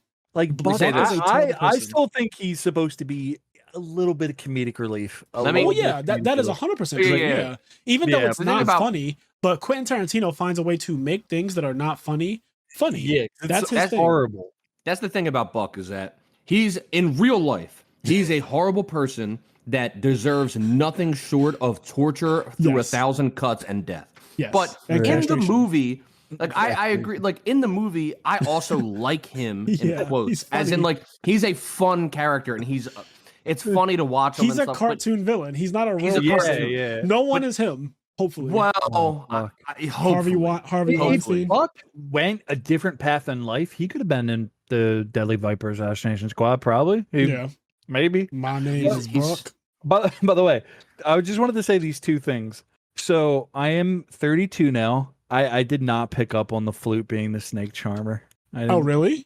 I'm fucking stupid. Yeah, I didn't pick up on that just now. Also, like literally. Yeah, when you mentioned it, I was like, "Oh my god, I'm so stupid." But then also, Kenny, did you watch the ending credits where it actually says like snake charmer over Bill's head? I didn't notice this. I didn't notice this because some people stop watching movies when the credits start rolling for some reason. Oh, not me. Every time I go to the fucking movie theater, I don't care what it is. There the whole time. Same. I love I'm like, let that music wash over me, baby. Let's have some fun. I'm chilling. Like when I went to go see the Super Mario Bros. Movie, I went to go see it with Connie and Jaden, and we're sitting there, and the movie's over, and like most of the theater gets up and leaves. After there's a post-credit scene. Oh wow! Really? And most of the theater gets up and leaves, and then I was like, I'm still sitting here. I'm gonna watch the whole credits, whether or not there's another. I don't know if there's going to be another credit scene or not. Right. There actually is another. There's two post-credit scenes. There's one in the middle of the credits, and then one at the very, very end. Yep. But I didn't care about that. I just sat there and like I watched the entire credits. But Jaden was like squirming in his seat. He was like, "Can we go?" And I was like, "No, it's like, no. I'm sitting here. We're watching the credits, and then we'll I think the ending of Kill Bill 2 has a fantastic ending with the credits where they go through everybody and they tell you all of their code names and they say like Copperhead, California Mountain Snake. I don't know how to do that. But there's a question mark. A question mark with my hands. I don't know how to fucking do that. But there's a question mark. Just saying. Oh yeah, yeah. As in, he's saying L Driver might not be dead. Oh no, she's dead. Because in the credits there's a question mark next to her name. Yeah. And the theory, because I said when we were done watching, I was like, dude, it'd be really cool if 10 years later, or it's been more than 10 maybe years, he'll 20 do years. That, 20 years later, we get a movie where he's been planning Kill Bill 3 for a long time. I don't really think it's gonna happen. I'd fucking suck an old hobo's balls for it. I kind of don't want it, if I'm being completely honest with both of you. It would be kind of cool to I see kind the of don't want daughter. it. I Like, think that Kill Bill what's her 2 name? ended so perfectly. Versace Green. It'd be cool to Yeah. see Versace Green's daughter. Yeah, that's the premise. Versace. Like come to kill Beatrix. Nikita, yeah. Nikita Bell, I thought about this a lot. Everything that ends well, Sophie like the Batale. Queen's Gambit, the Yeah, Queen's yeah. Gambit ended so well for me that Kill Bill I doesn't need don't- another movie. It doesn't but- need it. They're making a sequel for it, or is that an example? Well, they might be, and they just don't need to. Yeah, I don't know where the fuck they can go with that, really. Yeah, like at least you can say with Kill Bill, you know exactly where it could go. Like they literally in the movie. Yeah, gave I have the utmost faith. He can't make a bad movie. He's just not capable of it. Apparently, Like, yeah, Once I'm Upon a stuck Time in in his Hollywood. balls, but well, I know I think it's a good movie. It's my least favorite of his. Like, I don't even like it at all. Like, I do not like. But you still think it's a good movie? That's wild. Yeah. I think it's a great movie, but it's like I don't like it. So though. you think it's a good movie from like maybe an artistic standpoint or something? Yeah, like everything, Okay, everything. okay. Acting, like it's like fucking amazing. That's Like, fair. There are movies that I've it's seen that I'm like, I hate it. Like, I hate acknowledge the that movie. this is considered a good movie for these reasons. It is not for me though. So usually Yeah, every year yeah. I watch all the movies that are nominated for Oscars just because it's something that I've been doing since you like and Medina were doing that, right? that was a thing that we used to do back in 2014. And I really like doing that because sometimes you find a movie that you're like, holy shit, I would have never watched this on my own, but this My was boy. actually insane. And then some stuff Right. you're like, I understand why this is nominated for Best Picture. Like I totally get it. It is too artsy for me though. Right. It is too abstract for me. Go ahead, Kenny. That's me with Is there a documentaries. third leg? Is there a third leg where you're like, I don't understand why this is like this Yes. is bad. American Sniper. American Sniper is a Yo, fucking that terrible That movie. movie was. It is a terrible movie. Start to average. finish. I don't think it was terrible. It was the most average fucking. Bro, they movie used ever. a baby doll for his actual baby, and you could see it. Really, Bro, it's like it's one of the worst movies I've I ever. don't know Like, how not that even got joking. It's anything. terrible. I saw it in theaters. It's fucking not award worthy. It was It's not nominated for award-worthy. Best Picture. Okay, That's insane. Best Picture is crazy. But yeah, Weird. so Oren, right? So she has like this crazy anime backstory that comes out of nowhere, and it's the only thing in the Yeah. entire movie that's like this. I Also, wonder just to if throw in real quick. So, like, this movie came out 2003, right? Like that anime shit, he was feeling some kind of fucking pushback. The studio. I was "What gonna- is this anime. I was just shit?" going to ask, like, do like, you guys know if the critics or if do you know if people hated on the I have no animated idea. section I of remember, the like, movie reading when it Roger- came out? I think Roger Ebert was like, "Yeah, it was cool," because like I was like a Roger. I am. A I Roger think it's one of the best parts of the entire 4-hour It's movie. awesome. It's It's really awesome. cool part. But like, but like that was ahead of its time in a way. Even though I mean, yeah, it's 2004. There's tons of anime shit, but to have that in like a fucking movie like that, like in my opinion, way mean- ahead of its fucking time. I mean, like- Who Framed Roger Rabbit exists, but Yeah. You know what's also cool is that Quentin Tarantino could have absolutely done Oren's childhood story with real people if he wanted to, because they had a crazy Yeah, yeah. budget. He could have for sure shot. The reason they said that the reason they didn't is because all the things in that would have they wouldn't have been able to release the movie because it was like a form of editing in a way. Because it's like, oh well, they can watch like a 10-year-old straddle an old Yakuza boss and stab him in the gut, like all that shit. Right. Well, with, she doesn't have to straddle him. I get that he was into like Right. pedophilia and all that stuff. But what I'm saying is like he could have totally did her backstory just with live people, Yeah, and it would have still been great. However he did it, but I think Right. the artistic choice to have that be animated and also the music, something about the way the scene opens up with her assassination scene. the scene, the way it opens up with her parents being brutally murdered. Her dad is like a military general dude, and he's like fighting off the thugs, the killers that have come into his house, and he beats pretty much all of them. And then out of nowhere, he gets like back attacked from this guy with a sword. And it is one of the coolest looking things when you see the guy with the sword. He's in this cool ass stance, all low. He stabs the sword into him, and then he pulls it out. And when he pulls it out, the amount of blood, this is a Quentin Tarantino thing for sure, but the amount of blood that sprays out of Oren's father as he's dying. And then he does like this crazy thing where as he's leaving the apartment, he was smoking a cigarette, and like he flicks the cigarette, and then he does this cool ass kick on it, and the cigarette like ignites all the alcohol in the room, and then it sets it ablaze. But there's other cool things that I liked about that. It's insane how important that character is kind of built up to be, and he just doesn't exist anywhere else in the movie. Yeah, I was saying like for years and years and years and years and years, there's been speculation that it's a younger Bill. I personally don't think so. I think it's like a Japanese dude. Yeah, I did see Pretty sure that he has literally blue eyes today. as well. I saw that Really? literally today that Bill, not that it's true, but people speculating that Bill Right. had something to do with Oren's family being I'm surprised you murdered. didn't. You never heard that guy was Bill. No, I never heard that guy Really? was That's Bill. No, surprising. never heard that. Yeah, no, that's like But I also like how Oren's under the bed holding her mouth as her parents are being killed. And then when the main guy grabs the sword from the assassin and he walks over to the bed, it is so there's something about brutality that you know is gonna go unchecked that like frightens me, right? Like you know as you're watching this scene that there's no one's going to come and nobody's squirming out of that. yeah, like no one's gonna come out of nowhere and just free these people and save their lives or save the daughter and save because they're women and children at this point. So the dad is dead, but men die all the time. Who gives a fuck? But it's like now we're down to a crying woman and a young girl under a bed hiding. We're down to these two people, and you're realizing no one's going to come to save them. So as he's walking over with the sword, he kind of smiles in this really dark way. And he just plunges the sword, and they do this extreme thing, like an anime extreme thing where they do it 3 times, where he comes down with it, and it's like they shoot it where you see is like come down once with the sword, come down twice with the sword, come down 3 times, just to exaggerate it, just to make it more emphasized. And he's screaming as he's doing it. He's like coming down with this crazy force. He's like, ah, like literally like he's getting off to the idea of plunging this sword into this helpless human on his bed. And then he does it. The little girl under the bed literally sees the blood start to pour through the bed. It starts to drip on her face. Now, that is obviously not a real thing, but I love the fact that like that artistic choice was chosen in that moment to have the blood literally come through the bed and start to drop on her face like that. I thought that was amazing. Like everything about that. Dude, still one of my favorite shots ever is when she's talking to the mic. Speaking to the mic, please. It's the new thing. Like one of my favorite things is like I love there's like a little bit of a time skip and she's like covered in blood after she stabs Boss Matsumoto and she's like, oh yeah. Before the people come in the door, right? Yeah, it's fucking. I love it. So that's the second part. Is after she, after they burn the place down and she survives. Apparently, she's like, luckily for her, the boss Matsumoto was a pedophile, and then they show her killing him, and she's like, does my face look like recognizable to you? Do you remember my face? Does my voice sound recognizable? She asks him all these questions, and then she kills him. And after she kills him, the amount of blood splatter, it shoots all over.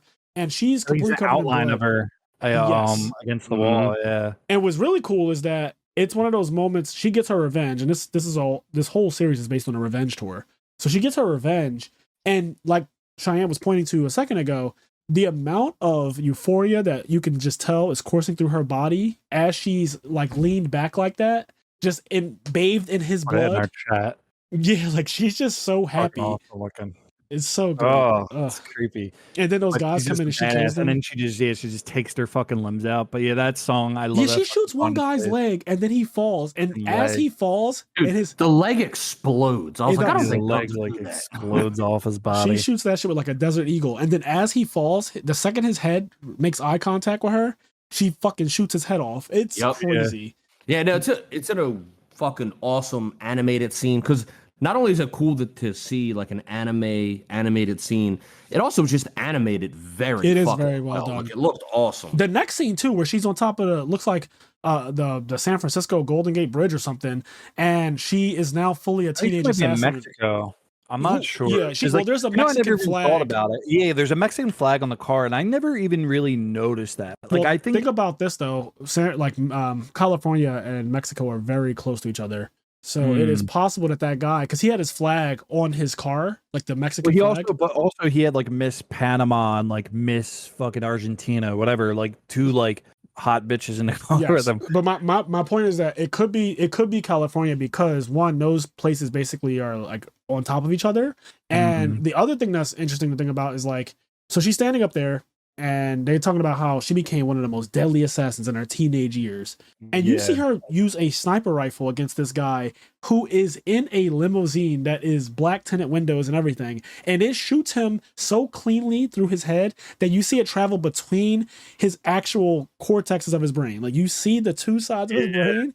And this like weird pop noise. It goes through, like it swims through between his actual brain cortexes and goes through the back of his head. And then the 2 girls. Cortexes. Ugh. It's like, oh, the cortex is fuck. I mean, it is what it is. The fuck, guy, man. the main boss of was it Crash Bandicoot? Wasn't his name like Cortex or something like that? Dr. Cortex. I think it might have been. So. Yeah, I think so. Yeah, there's like Dr. Cortex, and he remember he had a big head, right? Like he had a big cranium. He had a cranium. Yeah, he had a cranium.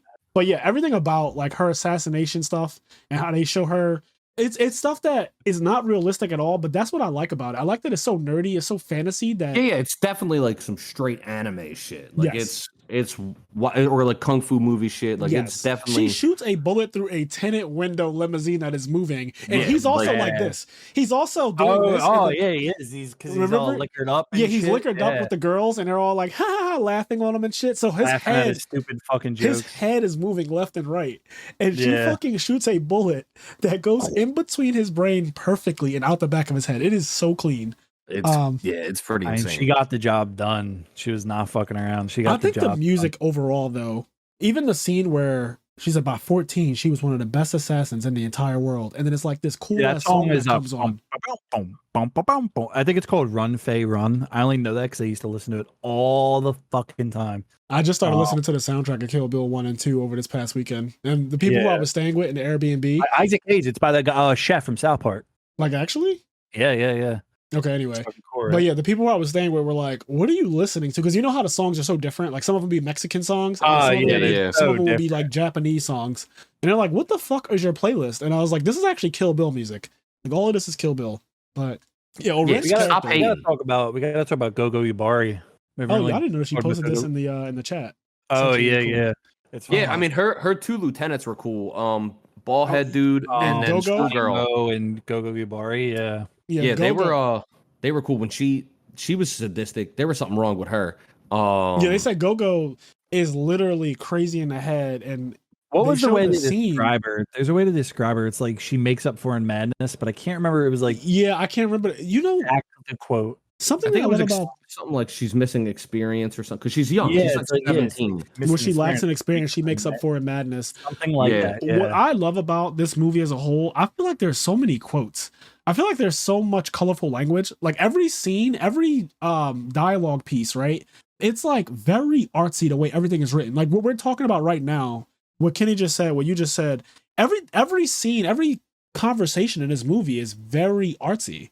Mhm. Like even down to the first scene where she fights against Vivica A. Fox, Copperhead, and she says, "Bitch, nothing about you getting knocked up in the last like 4 years is gonna stop that. Me and you have unfinished business."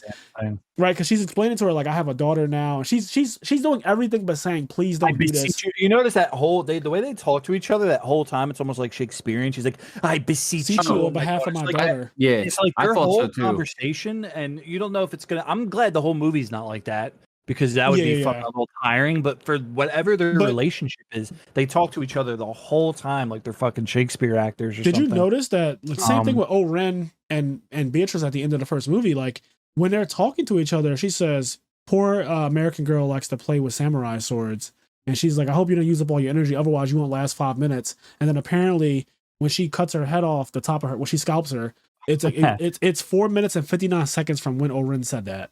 So like.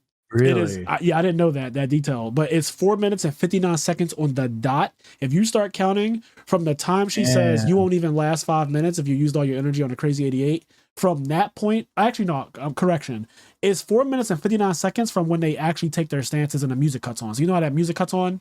Yeah. It's 4 minutes and 59 seconds from that point. But that's something Which I is didn't a know either badass until song. I didn't know that until Love that today. song. Something Esmeralda. The name But, of like, that song. There's just a lot of artsy stuff with the language, the dialogue, and like Hattori. Okay, example: Hattori Hanzo and her. He's like, "You must have some really big vermin," and she's like, "Huge." Huge. And it's like this I whole fucking- conversation.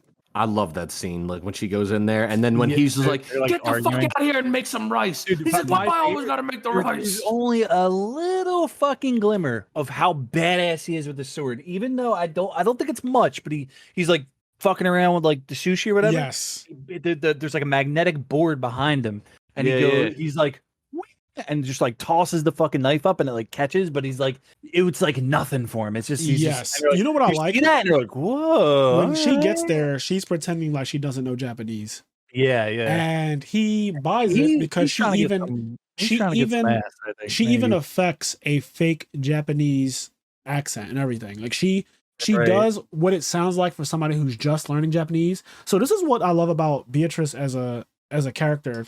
She's an assassin, and she's very good at getting close to people and being endearing and making them like her. And I imagine that's how she killed a lot of people, because she has this thing where she can talk you down. She talked down a girl who had a shotgun pointed at her Yo, head. I was literally just gonna say that's one of my favorite fucking scenes is Karen, whatever the fuck. Yeah. I really like that character, even though that character's only in the thing for like, and she pops her head through the fucking broken Says, door. congratulations. Congratulations, and just runs off. It's so fucking funny. Yeah, I think that so much of these movies, I don't know who wrote the actual dialogue. I mean, I know Quentin Tarantino is the screenwriter and everything, and he wrote it.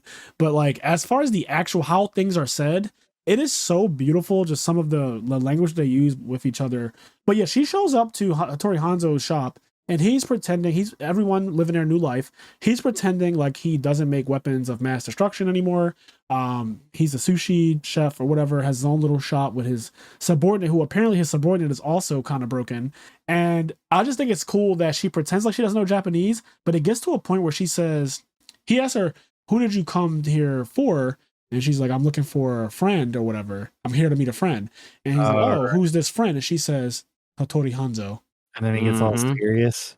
He's like, oh shit. And he looks up at her, and he starts speaking in Japanese, and she starts responding in Japanese. And I was like, oh, you know, shit. Like this bitch knows Japanese. Yes. I don't know how to waste my time. It's the way she says Hattori Hanzo. She says it with a actually corrected accent that time. Like everything about it says Go ahead. I was just gonna say I do love like when she has the bad accent and he goes, "Oh no, your Japanese is very good. Yes, you very good." Japanese. Like we speak Japanese. Yeah, he does it's say so that. like it is such a good scene. Like it is.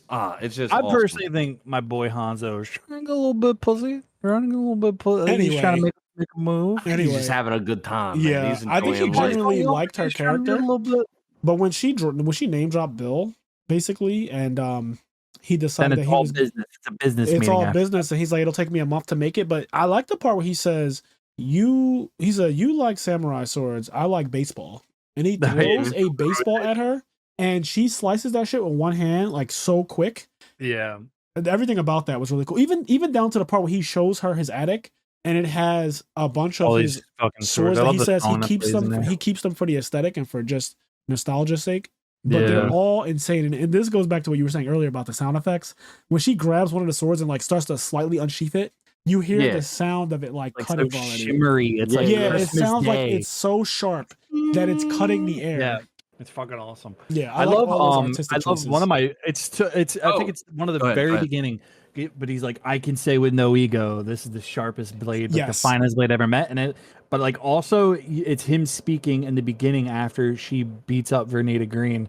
It's like if God gets in the way, God will be cut. Yeah, Like, it's like I love that line. If God, I I fucking actually love sent that it. line Like, to Kenny as it came on when I was traveling this weekend. It was like, if you encounter God on your journey, God will be cut. it's like God. It's definitely damn. some anime shit. Some Yes. Some absolute anime shit, fucking man. anime shit. There's I wanted to say on another note of Hattori Hanzo, there's the part where El Driver she's talking to Bud and she says is the sword, because he's like going to sell her the sword for $1 million. $1 million. She's like, is the sword like sharper than any other sword you've seen or something like that? And he goes, if you've ever seen a Hattori Hanzo sword, you'd understand that you only compare them Yes. to Hattori Hanzo swords. Yes, that's Like, exactly you what don't he says. compare that to any other fucking sword. Yes, it is the way he says it. Again, artsy as fuck. He's like, whenever you compare a Hanzo sword to anything, you compare it to every other sword that's ever been made outside of Hattori Hanzo swords. Yeah. But he's a simple man, but when it comes to shit like that, he doesn't fuck around. He's a man of fine taste. Yeah, like, he is. Yeah. He liked he's this $1 million. I was saying, like, of everybody in Kill Bill, I think the three of us would probably like to hang out with him the most, right? Like, he's just a dude. Like, you just chill in his shitty trailer and like watch a movie. Like, he seems like a bud. I'd hang out with Bud, but yeah, like he's a bud. but I like Frasier's, Bill Frazier a lot. seems on the fence. the I first think Bill would be guy fun as in my fuck to hang speed out dial with, is Buck, because I know he's got the hookup. too. Yeah, Buck has the hookup. Okay, He's okay, got the hookup. all right. Frazier, Frasier's gay. He doesn't know about the hookup. All right. I don't want Me the and buck Kenny know about hookup. the hookup. I do not want the buck hookup. You guys are gonna get us demonetized. It's the first. this it's the first episode. number on speed This dial episode for is Kenny. already demonetized. Let's be clear. I'm not even gonna click the button because you can choose. Like if We gotta the try, you know. no. You don't, because then they're gonna flag this. This one is getting flagged for Why? sure. Curse words. No, it's because of everything else. But like, oh, this was tame. but I really like Hattori Hanzo's lore. I like that they say Yeah. that he swore a blood oath. So Bud and Bill are talking to each other in the beginning of part 2. And he says, didn't that man swear a blood oath to never create another sword again? And Bill's like, yeah, apparently he's broken it. And then Bud goes, you really bring that out of people, don't you? Like he basically says, you really, you're a fucking asshole. Yeah, he's like, you really bring that out of people. It's one of my few regrets, dude. They like, maybe I don't know, maybe I'm wrong, but they just don't have enough scenes together, man. Like they could have had magic. Like but I think this the movie's only so long. No, you know I know, what I I mean? know. That's what my makes thing. it It's magic like, is what's it like gonna be, what's 7 there. hours long. You know, But you know what? There's so much implied in all of these characters' relationships that you don't need to actually see it play out on screen. It's almost like some Watchmen shit. It's like they're way past. It's in the past. It's like Yes. I love that. Like I think Overwatch does that, where like the story is kind of You just have to be okay past. with all the stuff that's implied, right? There's a lot. We don't know the reason why. Well, Bill you know, and Watchmen. Bud, It's like the air is gone. we don't know the reason done. why Bill and Bud do not speak anymore. Right. But when he comes to him, he says, listen, you have to let the past go. She's coming to kill you, and I have no doubt in my mind that without my assistance, she will succeed. And he says, listen, and he's coming at him with big brother and / father energy on that. If she wants to pick a fight with me, all she's got to do is come down to the bar, start some shit, and we'll be in a fight. And I love the way he puts it. Like, all she got to do if she want to fight me, and this goes for everyone in the world, all you got to do is come down to the bar, start some shit, and we'll be in a fight. Bud keeps it so real. Bud's the fucking man, dude. Me and Kenny, we saw he played her so well too. He played her so when she was sneaking around his trailer, and it seemed like he didn't know what was up. And then I would argue he came the closest to getting her. Well, he did. He literally pretty much got her. And I love, like, he's like, if you're gonna act like a horse's ass, I'm gonna burn your fucking eyeballs out of your head. He said, you got two choices. He's like, one, and he pulls out the pepper spray.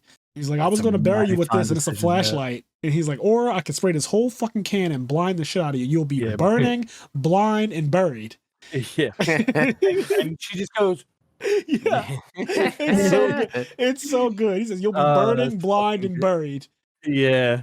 It's like, but like, there it is. Like, I think he, like, he felt like he owed her that much in her death. Yeah, it's like, let's like give her like that little bit of freedom to like, but like no one else would have buried her alive. That's horrible. No, but nobody else would have done that. Who else would have given her a flashlight? That's him. That's his way of like, you know what? Like, we fucked you over.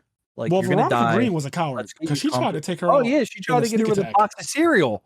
Yeah, she tried to shoot her through a box of cereal. She fucking missed because she's on practice. Pretty sure that if I recall, the cereal on the box, it says like Kapow or some shit. It has like some goofy name. I can't remember. Let me look that up. That makes sense though. That it would say Kapow. Yeah, like and she shoots through it. Yeah. Yo, the way she got killed though with the knife, that shit. Kaboom! It says kaboom on the cereal. That's cool. Yeah. Such a nice little detail. Quentin Tarantino, man. She gets knifed because one of them says, I don't remember. One of them says like.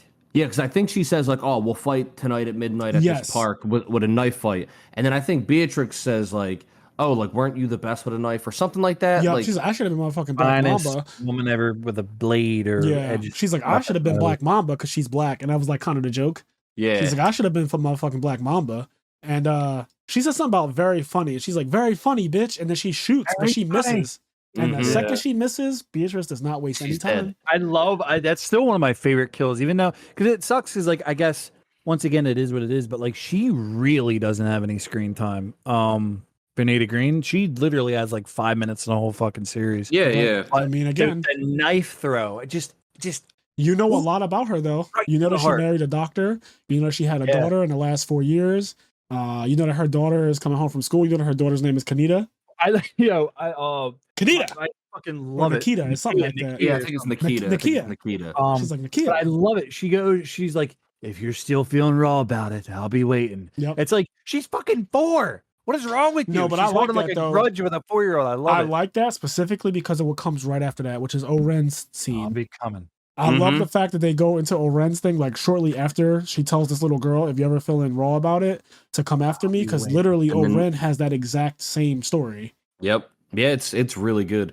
I wanted to say just because I think this is the first time it happens in the movie, but where I want to know what the directorial choice, other than just like he thought it was cool, on censoring her name for the whole movie. Yeah, that is interesting. Because it's just like it's a cool thing. I think that's kind of what he wanted. But when you get to the end, like, because when her name gets revealed, it's not like it's a reveal. Like, her name gets revealed, but it's like her name being Beatrix, at least as far as I know, it doesn't recontextualize the movie in any way. Like, you would feel like for them to censor her name, something about it would like recontextualize the movie. It's an unlockable character. It's like you unlocked the character. That's what kind of also my take on that is. It's also like obnoxious. Like they say her, and then it's like the noise they use is so obnoxious. Is it in that classroom scene? Is it in that classroom? Like Amy Whorehouse and all that? When it's like Beatrix Kiddo, and she's like, here. Is that? Yeah, it's like here, and she's like pretending to be a little kid. It's like a goofy little. Is that the first time they actually say her name? I'm pretty sure, yeah. So yeah, it's like a weird classroom scene where she's a grown ass adult in a classroom and she raised. It's like Amy Whorehouse here, and then it's like Beatrix Kiddo, and she's like here. Yeah, it's really well done. I look at it like it's like you got like you unlocked your character. It's like it's kind of fun. It's like I personally love it. There's no fucking purpose for it. Yeah, like, I love it because it's like fun. He's just saying like, what was the reason? You know? Yeah, like, I would love to Quentin watch an interview. I would love to watch like an interview. I think and it's like see anime what he influence. says about I just think it's like I would like to know what he would say too. But I think personally, it's like anime influence. It's like that kind of deal. It's like a shadowed One Piece character. It's like that kind of fun. It's like fun, you know. And then you see it and you're like, whoa, and you feel like you got something. You know what I mean? Like you feel like you got your fucking Hanzo. Well, that's not what he's saying though. He's saying no, I know, but you're not fucking listening, kid. Because for me, it's like when the name gets revealed, it's the exact. For me, it's the opposite. It's like, okay, so what? Like her name gets revealed, and it doesn't really do or change anything. It's not like a big moment. It's actually kind of a weird side moment that it just like that. It's not bad. I just think it's weird, bad. and I'm curious why. I am curious like what he would say the reason was. So I'm sure people who are listening have been waiting for us to talk about this for a while now, but we would be ridiculous to not talk about Pai Mei in this episode. So I want to talk about classic kung fu characters. So I want to talk about a couple things with him. Jeez. First of all, the leader of the Crazy 88 is actually the same guy Johnny Mo, who plays Pai Mei, which I did not know. Also, apparently they're the same person. Not to jump off Pai Mei, but the same guy, and I fucking love this character. The same guy that played that the cowboy that went inside the thing, like, whoa, they murdered his beautiful bride. Yeah. He played what the fuck is his name? The leader of the Acuna Boys. Alejandro Vallejo, Esteban Vallejo. Yeah, like Esteban. Senor Esteban Vallejo. That you call me Esteban. Yes. Well, Esteban's also a G. Esteban is a side note. He's and a G. apparently, like I was Googling, I was like, how good was his accent? He wasn't supposed to be cast either. Yeah, he wasn't. Apparently his accent was fucking great. That's what people say. I don't speak Spanish. Maybe if somebody. Oh, another thing about that scene though with Senor Esteban Vallejo in the what's it called, the brothel. That's a real thing. That brothel is not like a prop. That's not a set. That is an actual brothel in Mexico, and those women in the background are actual prostitutes. Hopefully, woman with her face, because he's like, I would have just cut your face, and then you see the woman, and her fucking face looks like a Walking Dead season 19. What is crazy to me is that when he says that to Beatrix, she kind of tilts her head in a way that's like, oh, okay. Like, you would have just cut my face. Once she sees that, I think she's like, yeah, whatever. I've heard this a million fucking times. No. You got to go back. Once she sees the face? No. You got to go back. You got to go. You're completely misremembering it. When he says, I would have just cut your face, she looks at him, and it's one of those looks that's like, that's not okay, though. Like, it's like that's not really like a consolation prize. Like, sure, he shot me in the head, but like you cutting my face is also just not it. Not cool. Okay, but yeah, Pai Mei. So the introduction of Pai Mei is actually the flute story the flute story that Bill's telling her around the campfire. And I actually love, again, this is the artsy stuff, but he's telling this great story about this monk and this priest who pass each other just walking down the street one day. And he's like, the monk with the most gracious way possible, with an unfathomable amount of grace and like all these other high terms he used to describe. He's like, the monk bows and waves to the priest or whatever. And he's like, but for some reason, like the priest does not respond. He just does not actually say anything. He just ignores him. And the next day, the guy goes to the temple where that monk or that priest was at, or whatever, wherever he's at. He goes there and demands the head of the guy who blatantly ignored him and disrespected him yesterday. And when they didn't give up that guy, he killed all 66 people in that monastery. How many they said there were? 66? It was something like that. It was some crazy high number. Yeah, Pai Mei's a motherfucker. He's like, he tried to console Pai Mei, but Pai Mei was unconsolable. And like he plays the flute. There's like a goofy note on the flute. Oh, it's everything about that part really is fun. So good because she's also listening to it. You get to see them and they're happy, which is you don't see that very often. She's loving it. She's soaking this shit up as anybody would, you know. They were literally in love. But it's just great. It's just a great thing to see that scene because she said before that strip turned blue, I would have jumped a motorcycle into a moving train for you. Yeah. Before that strip turned blue, I would have been on the fastest plane out, and I would have killed anybody you said. But once that strip turned blue, I love the dialogue in this movie. It is good, so fucking good. But okay, so after he tells the Pai Mei story, he drives up to the actual temple. He's like, wait here. He goes up the steps. There's these long ass steps, and he comes back down, and he's fucked up. And he's like, all right, he's agreed to take you. And she's like, what happened to you? You get into a fight? And he was like, nope. Disagreement. Yeah, we had a minor disagreement. And he's like, listen, I'm gonna tell you this now. You're one of the smartest people I know. And none of that American backsass. He says, I'm gonna tell you straight up, that American sass, don't give him any of it.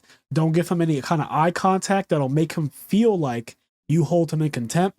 And it's funny that he mentions eye contact specifically, because that's basically what L Driver does. He likes those things. He likes eyes. Mm-hmm. He's an eye fan. But like, it kind of is interesting because she doesn't get an eye taken away, but you know that Elle does. So Elle did not listen to what Bill told her before she went to training with him. She had that American sass. He also hates blondes. He hates Americans. And he hates something else too. He hates women. So he hates blondes. Women. He hates blondes, Americans, and women. And he was like, "You're all three." It's like, you're all three. And so he's like, also, you're going to be carrying buckets of water up and down those fucking steps. And the whole thing was hilarious. But then he drives. Oh my God. I love when he grabs her arm and he like fucking cranks it. She's like, ah. Like, remember, she's going to he said he's going to cut her arm off.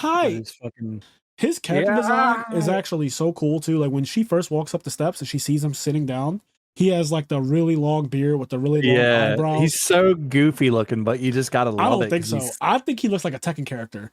He looks like every cool character you've ever seen in Tekken. He looks, but like it's like goofy cool. You know what I mean? It's like goofy, but like I would not describe him as goofy personally. That's his design very much. I love it though. I love it. His design very much is like the classic kung fu master. Like, he looks like, if you look at any old Chinese kung fu movie, like that, they look exactly like that's what he looks like. And to see him, to see a live, because it's been a while since I've seen like an old kung fu movie like that, but to see, a live action guy with those eyebrows that are literally that like eyebrows don't actually do that. So it's really cool that like the way they designed the character was to be over the top, but then he's also superhuman in every way. Like he's just a superhuman person. And the conversation that he has with her, it goes south so quick, like so fast. She's very, very gracious, very nice at first. And he says like, do you speak Cantonese? And she says, I'm proficient in this and Japanese or something like that. He's like, I didn't ask you that. I asked you if you speak Japanese. I fucking hate the goddamn Japs. And like everything she says, it angers him. He's mad at every single thing she says. She's like, I know Kung Fu, Tiger Claw, and all this other stuff. And he's like, your Kung Fu fucking sucks. Your Tiger Crane is like shitty at best. Yeah. He's like, your Kung Fu is no match for mine. He's like, why don't you grab a sword and let me see what you can do with a sword. So she goes over to the thing. He's like, that one. So she grabs the sword out. She grabs it angrily too. Yeah, she's pissed. Some of that American sass was dripping through.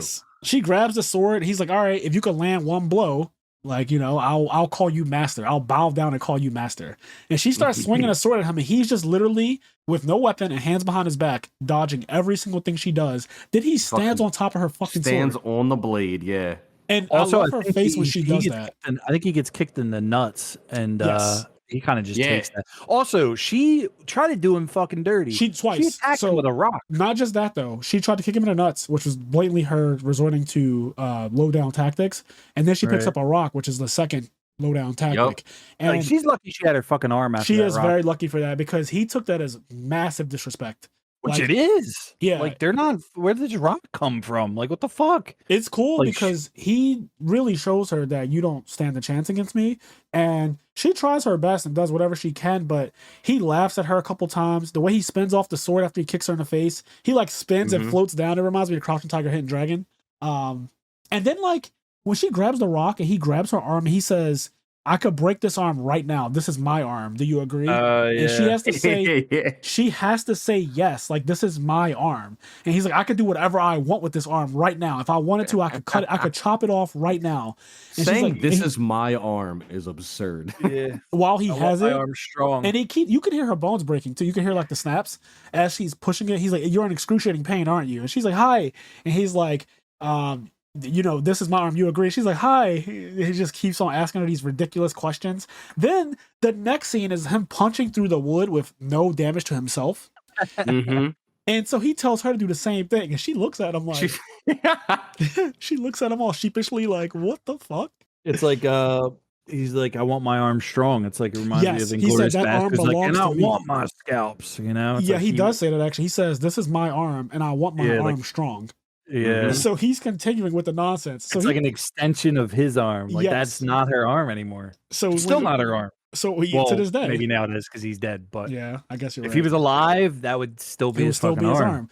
So he punches through the wood, and then she tries to do the same thing. And after 3 punches, it's bloody. Like the board is straight up covered in blood after 3 punches, and she tries to like not do it anymore, and he fucking whacks her. Yep. Like he just straight up whacks her. He's like 1, 2, 3. So she's like punch, punch, punch. And her hand is bloody as shit. I was gonna say, dude, the fucking makeup on that. There's like little pieces of skin hanging off the knuckle. Yeah. And like then he's tapping on the wood, and every time he taps, she has to punch. So he's like 1, 2, 3, and she punches it 3 times. Then he does it again, and you could tell that her arm is limp. Like not even just her hand, her arm is limp because she's like doing this thing. She's throwing. She's like this.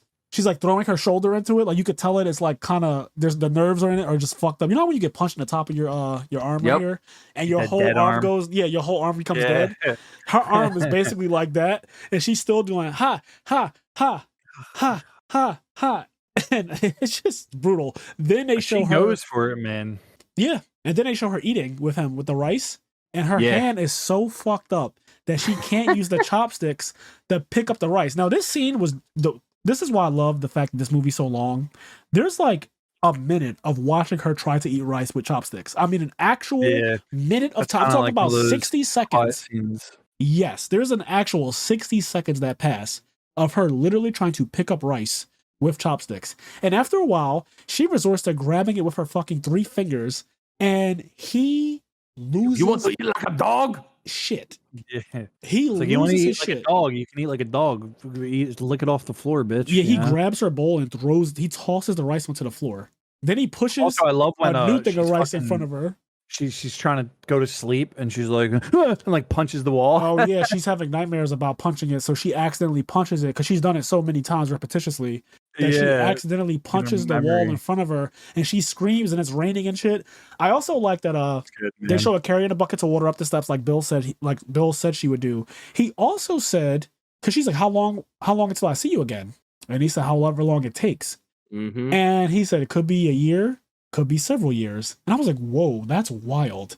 The fact that she's going to be on this little like pilgrimage with Pai Mei and it probably was I don't a very remember. long time. Did we ever find out how long it is? I don't know if we do we? Yeah, I don't think that they put an actual time, but it had to be a long ass time because she ends maybe up like maybe 6 months, you think? I think longer. I think a year. I definitely think longer than maybe like a year or 2. Yeah, I think that she actually did like that amount because she is considered the best fight next to Pai Mei. She is the best fighter in the world. So like he also taught her a technique that he didn't teach anyone else. So Yeah. I imagine All right. that he became She fond was of there her. for a bit. Yeah, she was there for a long time, and I imagine that he became fond of her after a while. Because why the fuck would you teach her that, right? Yeah, that's She like definitely the proved move. herself in some way. Yeah, and I love that she says, again, going back to the very end of the movie, but when he says Pai Mei taught you the 5-point palm exploding heart technique, and she says, of course he The way did. she says it. Just It's the like, fact that she says, of course he did, that shit is so cocky to me. I Yeah. love it. It's like, and then she says, I'm a terrible person. He's like, why didn't you tell me? And she's like, I'm a terrible person. And he's Yeah, like, it is insane too, because like You're my favorite person. they're sitting there and like it's even in that moment you could still see how much she loves them and Yeah. everything. But she Yo, has to kill Bill him. takes it like a fucking boss. He does. Oh yeah, when he He walks says, how do I away. look? He wipes his mouth of all the blood, and he goes, how do I look? And she says, you look ready, which is a great way to answer that question because he looks like shit when he says that. And when he wipes the blood, I don't, like, you probably remember because you guys just saw it recently, but when he wipes the blood, he doesn't even do a good job of getting it off. Yeah. Like his mouth is still covered, like there's blood all right here under his mouth. So when he says, how do I look? You as a viewer and her being her, you know that he doesn't look like if somebody said, is there something on my face? And you said no, but there's actually just ketchup on my face. Like you're just like helping me cope. You're an basically. asshole. Yeah, you're an asshole. So when she says you look ready, that was a good response because he looks casket ready. Like he's covered. Yeah. Yeah, so like so for me, like my alternative ending would be we just make him a bubble boy. He doesn't have to take those 5 steps. So I was wondering, me and my best friend used to talk about this as a kid all the time. What if he just never took those steps? He's fucking chills in like a wheelchair the whole Yeah. time. I think he'd still die. I think the idea is That's that what, like that's what I you concluded as exert well. it's like you stepping Yeah. is like exerting some level of energy. So like if you were fucking wheeling around in a wheelchair, like you're gonna die. Yeah, I think like, the But point is also, it would just be terrible if that's how it ended. Yeah. If he just fucking goes around in a wheelchair forever. It's like, I can't take those 5 steps, but I'll find her It is again. actually an amazing ending, despite how cheesy it is that he walks 5 steps and then falls out Oh, immediately. I love it. I Yeah. love the fact that in the middle of the movie, he gives this story about Pai Mei and he tells this story about the 5-point palm exploding heart technique. And she says, pray tell, what is that? And he says, well, he hits you in 5 different pressure points on your body. And then after he's done, it causes you to die if you take 5 steps, and your heart explodes in your chest and you die after you take 5 steps. And we don't know at the time that that's how I didn't know at the time. I'll say, I'm not gonna speak for everyone. I did not know that was foreshadowing for how. Oh yeah, me neither. Okay. I cannot say I called that. Yeah, I didn't call it that was going to be a thing, but it was a great ending though. Like that was such a full circle moment because when he's explaining the story to her, she's laying in the campfire like this, and she has these eyes like a child when you're telling him a bedtime story. She's like, what happens next, right? That's how her eyes look. And she says, "Pray tell, what is the 5-point palm exploding heart technique?" And yeah, Bill takes it. I want to rewind a little bit though on Bill and her's 30-minute conversation and everything because we talked about how that's pretty much the best part of the entire like series, at least for me. He says, I want to ask you some questions, but when it comes to the subject of me, I know that you're incapable of telling the truth. And when it comes to the subject of me, like I know that you could never possibly be honest. So well, it's also like he's like, and I also know I can never believe what you say. Yes, and when it comes to the topic of me, I know that I could never believe anything that you say. So I love that. That's a little animosity right there from him, right? Like that is a little like I'm calling you a liar. I'm also just keeping it real too. I'm keeping it real. Relationships at. Yeah, he's still in a situation where he's heartbroken. Which, by the way, I will say because as much as I love Bill, he's awesome. But he's also like I mean, you already said it. He's a womanizer and everything. Like. Yeah. What right does he have to claim her? Like, bitch, you have like 7 girls. Like, relax. I know, what right? right do you have to claim this woman? That's what I love about him as a character, though. He's a very realistic person. Like, I know that you're. I'm not saying that as though you were disagreeing with that point. Yeah. I think you're saying it's Kenny. No, I think that all of us genuinely love Bill as a character because he's so human. He even says, like, I know that what I did was fucked up. Like, I did a very terrible thing. In fact, I think the little girl asks, why was mommy in a coma? And he says, daddy did something really bad. And she's like, were you a bad boy or whatever? And he's like, yeah, daddy did something really bad. And some things you can't. He says, some things you can't take back. And that was like a little life lesson that he left his daughter with because he's never going to see her again. And he knows he's going to die. Like he knows Beatrice is going to kill him. He knows even though he's not going to go down without a fight. Like he did fight her, but he knew. Like a passing of the torch of the parents. She just goes with this woman. She's like, oh yeah, that's mommy. I'll just go with her now. Well, I love that he showed her pictures constantly while she was in a Yeah, coma. yeah. He was like, mommy's sleeping right now. Yeah, he's like, daddy did something really bad. But the conversation he has when he shoots her with the truth serum, and he goes, so, first question, did you think your life in El Paso was going to work?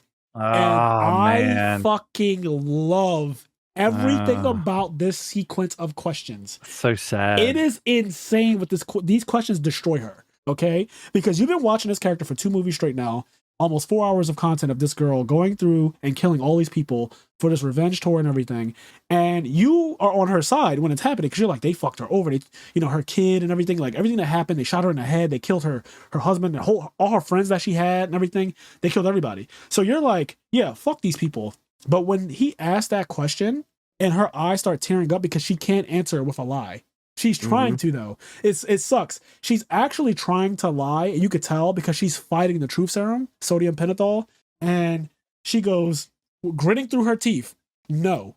Like she says no when he asked her, did you believe that your life in Texas was going to work? But like another thing is too, it's like he said, it's like the Clark Kent analogies and all that. It's like she's a competitor. Like she's always going to be a competitor.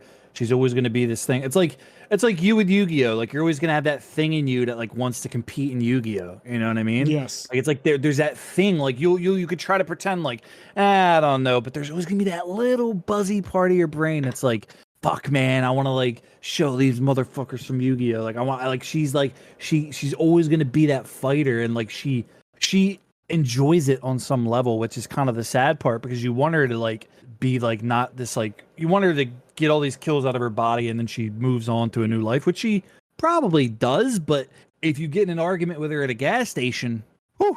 Yep. Then he asks, so Bill after she says was no, so damn smart. She was just smart for a blonde. Yes, that was a great. I love that part specifically because he says it to a person who's also blonde. Yeah, and it's right before Elle strategically kills him too. Yeah, like she outsmarts him. She gets the $1 million and she gets the Hattori Hanzo sword, and she gets to claim that she killed the greatest warrior of all time, because she also lies when she calls Bill and says, what you want to do is you want to come down to this place, go into this florist, get yourself a bouquet of flowers, then head to this grave, the grave of Paula Schultz, and you'll be standing on top of and then framed it as if she killed, as if Beatrix killed Bud. Yep, that's when they say the name. She set all that up. They say the name. Final resting place of Beatrix Kiddo. Yep. Oh, okay. So this is what I want to say. So the questions he asked her. So he says, "Did you really think your life in El Paso was going to work?" And she says, "No, but I would have had BB." And she had the way she says, "But I would have had BB." And you could tell it hurts her to even say this. Yeah. And I think he says, "Don't get me wrong. I think you would have been a wonderful mother, but you are a killer. All those people you killed to get to me felt damn good, didn't it?" And so this is the second question. It felt damn good killing all those people. And she goes, "Yes." And he says, "Every single one of them?" And she goes, "Yes," again. And then he goes, "Okay, that was the warm-up round." And I was like, holy shit. This guy is absurd. That was the warm-up round? Like, what the actual fuck? And he's like, now here comes the $1 million question. Why did you run away from me with my baby? And then that's when she says, "You really think he could get away?" Yeah, do you remember the last He's too assignment resourceful, you sent me man. on? He's just too fucking resourceful. I love his whole thing, though. He explains it perfectly, why he felt the way he felt. Yeah. Like, there you were, pregnant. Like, he was so angry and possessive. And it makes sense, too, when, like, you put it in full perspective. Like, he was out looking for the people that killed her. Like, he was out for revenge. He was trying to look for and so, like, if you sit there, like, could you imagine, like, if your wife, if your husband, if your brother or sister, like somebody you deeply loved for whatever, and then like you thought somebody killed them, and then you went out looking for their killer, and then you fucking find them, and they're like living this perfect life in some way, like this perfect life in a way that like also perfectly replaces you, as if you didn't matter. It's like, oh god, that would suck. Fuck me. Yeah, dude. he ends up finding, I'm the man. I'm the man. Oh man. Really also, good he's not the man. He's an imposter. The real Bill was Samuel L. Jackson, because they It's his character. He's on the piano in the wedding, Rufus. and they're talking, and they're like, "Who's that?" And they call him the man. They say he's the man. You know I personally think Samuel Jackson got the fuck out of there. I think it was a body double. They couldn't get Rufus, man. Rufus got the fuck out. I found it so fucking funny in the first movie that when they're talking about the massacre in El Paso, the guys going over, there's 9 dead bodies. They killed the Reverend. Can I say it? No, you cannot say it. They killed the Reverend. They killed the Reverend's wife. They even killed that color fella that played the organ. I was like, oh my God. And then you don't actually see him until the second movie, though. Yeah.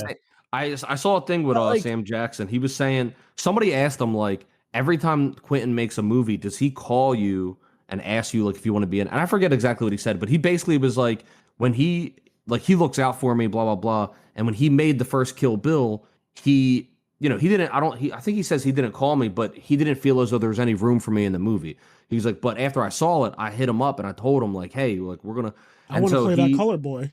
Yeah, he was like, listen, this is where I could be. Like, I think they're just like such good friends. He's like, I just want to be in the movie. Like, I don't care if I'm not. If it's a 10-second scene, yeah. Yeah, he's like, I just want to be in your movie. Like, you're my homie. I'm sure Rufus could have like a story of his own. He could have a spinoff. 100%. The old Rufus tales. Yeah, I really like the fact that they talk about the character in the first movie, but you don't see him until the second one, and you're like, oh shit, that's the color guy who plays the organ. Hey, more evidence that he is the man, because they call him the man in that second movie. In the first movie, there's 2 characters that are talked about but not seen. It's the guy playing the piano in the church, and it's Bill himself. So I'm just saying, Rufus. And then when you see Rufus, they say he's the man. And then when you see Bill, how many people are called the man in that movie? Not 2. Many. 2 men. Didn't they also show? This is an aside. Didn't they also show an animated scene, kind of her getting beat up by the Deadly Viper assassination squad? It's only like it's at the very, very end of the animated sequence. Okay, it's like only a second, because she says, but the mistake she says Oren made one mistake. She should have killed 9. Because that day she killed 8 people, but she should have killed 9. And they show her they showed them literally martial arts kicking her ass. And I thought about that too. Like, she was pregnant, like 9 months pregnant at that. And they are beating her ass while she's pregnant, to the point where when you see her live action face, she looks terrible. Mm-hmm. Like, the movie it opens with an unsightly view of Uma Thurman's battered face, and she can barely speak, and she's like, bro. She can't even say Bill. She's like, bro. It's your baby. She barely can get the words out. It's so bad. So I think we covered pretty much every character that we needed to. Yeah. The Crazy 88 was good. Go-Go was good. I like the fight scene though with Go-Go and Beatrice, like that whole thing where she was swinging around. I don't know what that weapon's called. I think it's a mace. Flail? Or flail, yeah. Mace. I always say mace too, man. I say mace. A mace doesn't have a chain. A mace doesn't have a chain. A flail has a chain. Oh, it's a chain. Because a mace is like a stick with a spiked ball on the end. And that's essentially this. The flail is like a stick with a chain and then a spiked ball. Yeah, because her shit was on a wire, like a yo-yo. Like, yeah, it was wild. She had, and then it had a thing where you could press you could press a button and it became sharp. Yeah, I liked when she was like, do it, and then like it drops, and then she kicks it. Like, I like the part where she kicked it, bro. That scene, I actually rewinded it. I didn't really rewind any other scenes in the entire 2 movies, but specifically, it's so crazy you called that out. Specifically, the scene where she does the thing, she does it around her neck. Yeah. She like turns around and then she kicks it forward. And when that shit, that's almost like some MMA shit. Like, she fucking put her hand in there.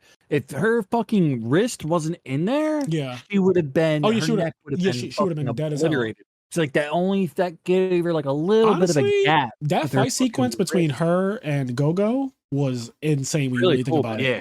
I love Go-Go's death. It's like she like whacks her with the fucking thing. It's like it was really intense. She also hit her in the back of the head, or she made her hit herself in the back of the head. Because like the thing like ricocheted and then it hit Go-Go, and then Go-Go flipped off the table and fell. And it makes like a bowling ball noise. It does make a bowling ball sound. Yeah, that was really funny. Did you know that the guy or I don't know if it's a guy actually, but the person who did the choreography for the Matrix fighting did the choreography for Kill Bill? Yeah, so it's funny. I actually didn't know that, but when I read it, I was just like, Yeah, no shock. Yeah, No that makes shock. perfect. I found Makes out perfect today. sense. I found out today, and when I found it out, I said, Shang-Chi. "You said what?" I said he also did Shang-Chi. I don't know if you're joking or not, but He did No, he Ip Man did. 3. He did Ip Man 3, Kenny. No, when we did the Shang-Chi episode, the Marvel movie Shang-Chi, we talked about it. Unless I'm saying the name wrong. okay, I didn't know. I probably knew, but forgot. Basically, Yeah. But he did the choreography for that movie. that's really dope. Yeah, the Matrix choreographer is clearly really good at fight scenes. I think that the movie. So obviously, it's not going to be for everybody, and I'm not the type of person to try to convince everyone to watch something because I like it. But I do genuinely think that Kill Bill is a good series, like a good series of movies. I think that the plot, the characters, I think the comedy. Compare it to like John Wick or something, you know? It's kind of like a good action movie. Yeah, I mean they're different. John Wick is fucking awful to me. Like I'm not. It's not nearly as good as Kill Bill. Who directed John Wick? First of all, because you're comparing that person to Quentin Tarantino, which is I think it was his brother Kevin Wick. I think Wick Candle. I do not agree though. Oh, Chad. First of all, his name's Chad. So yeah, already he just loses because your name is fucking Chad. But yeah, I think that the movies are genuinely good movies, and if you can get past the part where they're cheesy, I think that you'll enjoy it. I think that's the turnoff or I'm not saying that's the turnoff because I haven't really talked to people about Kill Bill because it hasn't been a part of my life. But what I imagine it is now. What I imagine the turnoff for people will be or could be is the cheesiness and the campiness of it, and because some people just aren't willing to accept it. Like the cheesiness. If you don't like it, you don't like that sort of thing. Yes. Yeah. Well, if you don't like it, it's almost like you're missing the point in a way if you don't kind of like it. I mean, well, I can't say that. That doesn't make any sense. But it's like, I don't know. Like, I think some people don't like that kind of thing. But for me, it's like, it's just charming as fuck. Like, it has that kind of thing has to charm you. You know what I mean?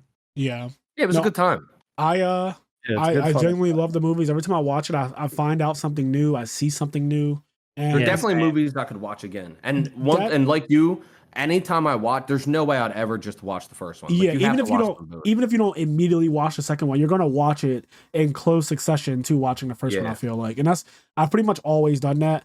We're gonna wrap up now, but I briefly want to just mention the music soundtrack for this series is so amazing. Like I think that the whistle that Elle Driver did, the whistle that she does when she's delivering. So you know what's cool? At first, she's actually whistling, right?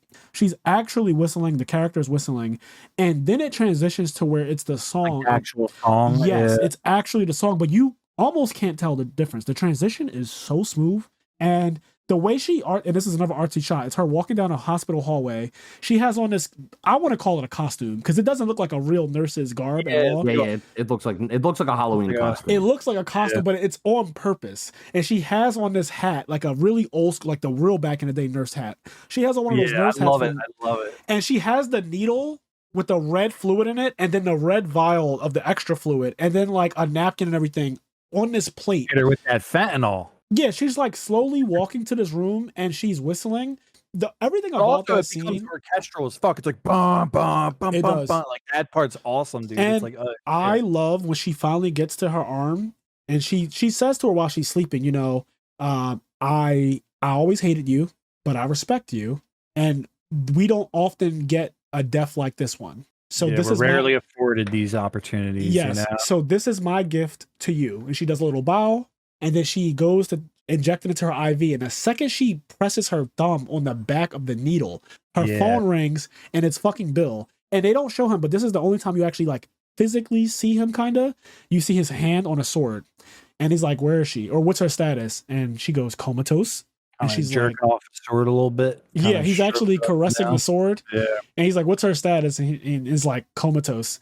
And he's like, you're going to abort the mission. And she loses her. Screaming. She starts screaming. You don't owe her shit. He's like, keep your voice down. And she's like, you don't owe her shit. And he's like, listen, we did a lot of horrible things to that woman. And if she ever wakes up, we'll do a lot more. Mm-hmm. So good. He said, but what we cannot do is sneak into her hospital in the dark of the night and poison her. He's like, because that will bring us low. Wouldn't you agree? And she says, I guess. Yeah. And he says, do you really have to guess? She says, no, I know. Yeah, she's literally answering like a fucking child. Yep. Yeah, she's I so. and then that's when you find out that they're romantically involved because he says, "Come back to me, honey," or something like that. He says something like, "Come back to me, my love." Basically, something that's romantic. He says it, and and she gives up on the mission, and she goes back over to Beatrice. She's like, "Listen, bitch, if you ever wake up, I'm gonna kill you." And so good. The fact that he calls the second the really thumb is about, funny, don't you? Oh yeah, you thought that was real fucking funny, don't you, bitch?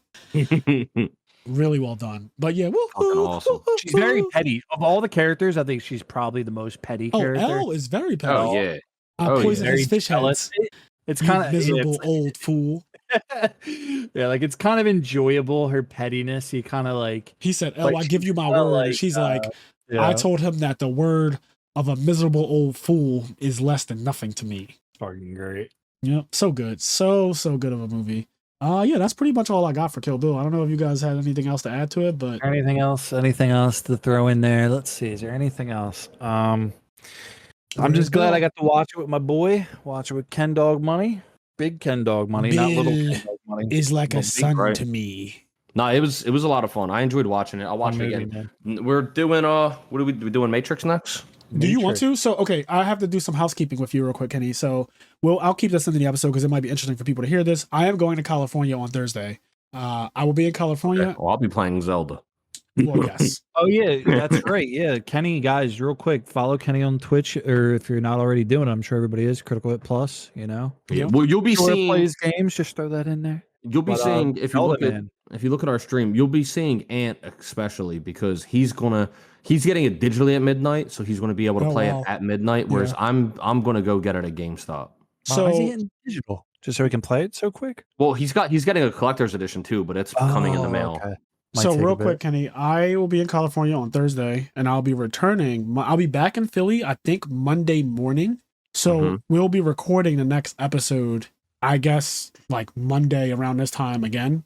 You're going for the Cali for Yu-Gi-Oh? No, actually, I'm going for a DragCon.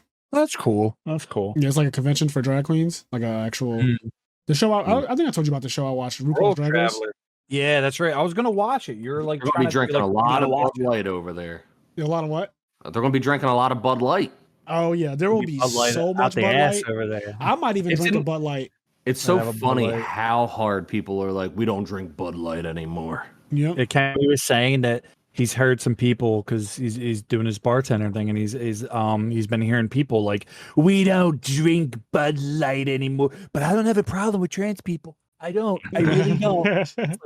Yeah, it's insane. Well, yeah, you do. You fuck. But yeah, man, I hope you have a fucking great time. You know. Well, thank you. I appreciate that. Always world traveling, man. You're like a fucking Kill Bill character. Before we end, that's right. I wanted to fucking say I didn't notice this until like my 50th time at Deadly Viper Assassination Squad Divas. I didn't notice that either. When did you first notice? Today. Only because it was a YouTube video, 50 things you didn't know about Kill Bill. Yeah, I noticed a long time ago, but it was still way after the fact. Like it was like 10 years after the fact. Yeah, I genuinely, and it's weird because usually when people say things in succession like that, I think of acronyms naturally. Like my brain naturally thinks of acronyms. But the problem is the acronym to me didn't say anything. I was like DVAS. I was like, that's not actually anything, but it is divas if you like, don't include it's kind of funny. Like I think another reason is like because I forget. I always forget my shit about Kill Bill until I rewatch it. And it's like it's because like my Overwatch character that I play, her name is Diva, and it's like .d.va. Okay. So it's like it also is like more fresh when I'm think like, oh yeah, for me, as far as that type of thing goes, the cool, and this is like a blatant thing though, but in the end credits, and I did speak about this briefly earlier, I just think it's so cool. They give all the characters names, they're all snake names and everything, and in the very end, right before Beatrice's name is given, they say, Bill, and then it goes Snake Charmer. I think that when I saw that part, and then like she's crying in the bathroom and everything, something about like that ending, it is so fucking wholesome. The way she's crying and she says thank you like twice, I think. Yeah. And you can kind of assume what she's saying thank you for, right? Because she got her revenge. He also kept her daughter safe and sound. Her daughter is in a great state. Like she's not mentally fucked up or anything like that. And she's crying with the door closed while her daughter's watching cartoons. And she says thank you twice. And then she comes out she jumps in the bed with her daughter, she hugs her, and they're just watching cartoons together. And then they just showed them riding off. But I love that it says Snake Charmer. Like something about that, knowing that they're really all good. snakes, and it says Snake Charmer. And then they also say like the bride, Beatrice Kiddo. Then it says mom or something like, or mommy, something like that. I think it says. Yeah. Right.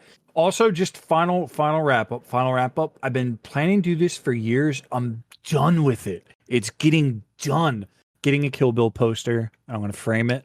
And, When I buy a house, there's a lot of things that I want as like home decor. like on the wall. Yeah. And a Kill Bill poster with her in the yellow jumpsuit that she wore in the first one, which is actually an ode to Bruce Lee. Bruce Lee. Yep, in his last, I think his last movie or something like that. So Tournament of Death, maybe. I don't really know. I really Yeah, I'm want. Sure, it's Game of Death. Game of Death. Yeah, I really want a poster of that, like her in that, that outfit and everything with the samurai sword. It would be really dope. Yeah, like I've been putting that shirt. Like I don't even have a Kill Bill shirt either. Like that's I'm done with that. I'm getting a fucking Kill Bill shirt. I'll It's say over. this: my It's commitment. gotta happen. My commitment is to watch the rest of the Quentin Tarantino movies because I haven't seen a couple of them. Which ones haven't you seen, real quick? I haven't seen Reservoir Dogs. Whoa! I haven't God seen. damn, Frazier. I haven't seen. Jackie Brown. No, I actually watched Jackie Brown many times because I've only seen it once. So here's the weird thing. My grandmother used to watch Jackie Brown all the time, and I never fucking knew. I never knew that Jackie Brown was actually a Quentin Tarantino movie until today. I never knew that. That's funny, dude. Pulp Fiction I have to watch seen it again because I only saw Pulp Fiction as a kid. So yeah, it's so good. So dude. to recontextualize it, I need to watch it as an adult. Great. Reservoir Dogs, Pulp Fiction. Let me look at everything that We he's got done. I got you. Death Proof. Never seen that. Inglourious Basterds. That is my favorite fucking movie from Quentin Tarantino. It is really, bro. I want Kenny to watch Inglourious Pulp Fiction. Bastards because Kenny would love it. The opening of Inglourious Basterds. When I said intros, don't say anything, Cheyenne. I'm not. Specifically, the first 10 minutes of Inglourious Basterds to me is the best opening of cinema that I've ever seen in my personal life. That is the best opening of cinema I have ever seen in my life. I stand by it. Inglourious Basterds. Having a seizure. Oh, it's in my top. So 10, good. It's in my So top 10 movies good, of all time. So like, I have a list of my top 10 or whatever, and I'll go over that another time. That's the first movie though in 2009. From that year forward, I was like, I'm seeing every single one of his movies in theaters for the rest of my life. I started with Inglourious Basterds. Opening of Inglourious Basterds is the best cinema I've ever seen in my life, and I will stand by it until something better comes because it is that good of an intro. It is fucking insane. Really quick though, Django, you see that? I've seen that. Yep. Great, right? It's fucking Hateful Eight. Saw my boy Kenny. I saw Hateful Kenny Eight. Saw that. I'm so happy we You think my ass is fat? I don't know. The one black girl, she just like randomly broke character. Like it was just like, my ass is fat, and me and Medina. I watched love it that together. one guy. That one guy is so fucking funny. All right, Sweet Dave. And then after that, it's Once Upon a Time in Hollywood. Seen that in theaters. Is that really all of them? Yeah, there's not. This next movie will be his 10th. Okay, but, that's the movie critic, Once right? Upon a Time in Hollywood, right? I went to go see that movie. His 8th movie. Okay. All right. Once Upon a Time in Hollywood, I went to go see it in theaters, right? And I was like, oh my God, I'm seeing a movie. And there was like an old guy in a wheelchair that fell over. He's like, help. And I like went over and helped him up, and he smelled like a dumpster, but I helped him. Oh my God. He's a wonderful guy. I helped him up. Kenny. I'm getting the Patreon list real quick though. So I helped him up, and I was like, well, fuck, I just missed like 2 minutes, and I left, and I was like, can I please have my money back? And I'll watch it like in like 2 hours. Because I was like, I gotta. So wait, did they hook you up? Yeah. I was good. I just sat around for fucking 2 hours and just waited for the next showing because I was like, I missed like 2 or 3 minutes. Like, I helped this guy up, so I did my good deed. But then I was also like, if the moral of the story, don't help people that fall over in wheelchairs. That's the moral of the story. All right. I want to give a shout out to everyone who's on our Patreon, who subscribed. Thank you guys so much for the support. As we always say, it goes a very long way. And we really appreciate you. There will definitely be an April. No, actually, we're in the month of May. There will be a May Patreon exclusive episode coming at some point. Also, we're taking podcast suggestions. I saw a couple new ones that were put in the Discord channel. So I'll definitely be using that. We might be doing The Matrix next. I'm not 100% sure, but that'll be perfect if we do, because I have a flight that's 6 hours to Cali, 2 and back. So I have 12 hours on a plane, and I could use that time to watch The Matrix. And I was thinking we can do like, I don't know if this is what you guys want to do. And I know Cheyenne's a gigantic Matrix fan. So we could have him back on if he wants to. But I was thinking we could do Matrix 1 and 2, and then we can do maybe 3 and 4, even though 4 is horrible. Yeah, let's do that, because 1 and 2 are very different from, like, 3 is very different, and I don't want to watch all 3 if I'm being honest. Like, I want to do 1 and 2, and then like at some point 3 and 4. Yeah, so let's actually commit to that. Let's do 1 and 2. So 1 and 2 will be the next episode. Let's do that. So I can commit to watching Matrix 1 and Matrix Reloaded, and then you'll find time between Zelda, or I guess Zelda's not out yet, right? It comes out Friday. Very soon. It comes out Friday. Yeah, right? it comes out. It comes out Thursday. Thursday night. Lots of Zelda. Okay. But plays games. So yeah, you'll be entrenched between work and Zelda. But yeah, I mean, we're still making a podcast happen. We're still finding a way to give you guys this content, and this is one of my favorite nerdy movies, and I'm actually very glad that Kenny's a real one and that he genuinely just liked it. And no, it would have been such a bummer if Kenny was just like, yeah, no, not for me. No, because like not everything is for everyone. I know Medina does not like Kill Bill. Like he does. Medina. I remember I showed him Kill Bill 1 and 2. I remember he said he liked the second one infinitely more. I remember that. Well, but he did sense, not like the first one, because the second one, it's still campy, but it is a lot less campy. And that's like Medina. Medina was the guy I was thinking of when you watch Kill Bill, and I was saying like it's a really good, fun, whatever movie. But we were talking about how some people might not like it. Medina was the name I was thinking of, in that like the cheesy, campy shit is not for him at all. Yeah. Like it is not for him at all. He's not with it. So it may like there's some people that is just like they're not going to like the movie because it's like it is really campy. We should kill those people. So our Patreon all right, people so we got Connie, Austin, Quest, Rogue, and Tier 2 aren't bad. They just aren't great. Garen Williams, Xavier Swift, Hylian, Dimitri Barnes, Meow with a question mark, I think. Dominique Roberts, Giovanni Avalos, Alex Flamer, Andre Reynolds, Dove K Dad 1, Dan Varable, First to Home, Delos Ferneris, S. Akuma, Mitchell Nels, Midwest Gaming, William Shapiro, Dimitri Safirdas, Vince Marquette, Dallas Bailey, Roz Weiss, Nick Stango, Hanto, our 2-time national champion. Ka-chan is a poorly written character. That's still fucked up. Sarah Maria, Sunny Top Cup Podcast, Alex Ahern, Philip Campa, Arale Melfi Slump, Chris Lynn, Wookie 159, MSW 2389, Edison Club, Kyle Batelho, Brandon Moore, Sugal, Nick, Mr. Soltai, Nafa, Corey Fowler, Omar Ramos, Elijah Barfault, and True Hero, Tyler Tadeo, Majora X, Anthony, Matt Glenny, Rogue, and Tier 2 are the play terms for Bad Deck, Crunch Wrap, Duty Booty, and Adam Corey. Thank you guys so much for supporting the IMNerd podcast Patreon. Follow the fucking Patreon, people, because if you want to see all the goofy faces, that's actually true. There are full video versions of the podcast on Patreon. So if you want to actually see us, literally see us be ridiculous, then go on the Patreon. You can get exclusive content.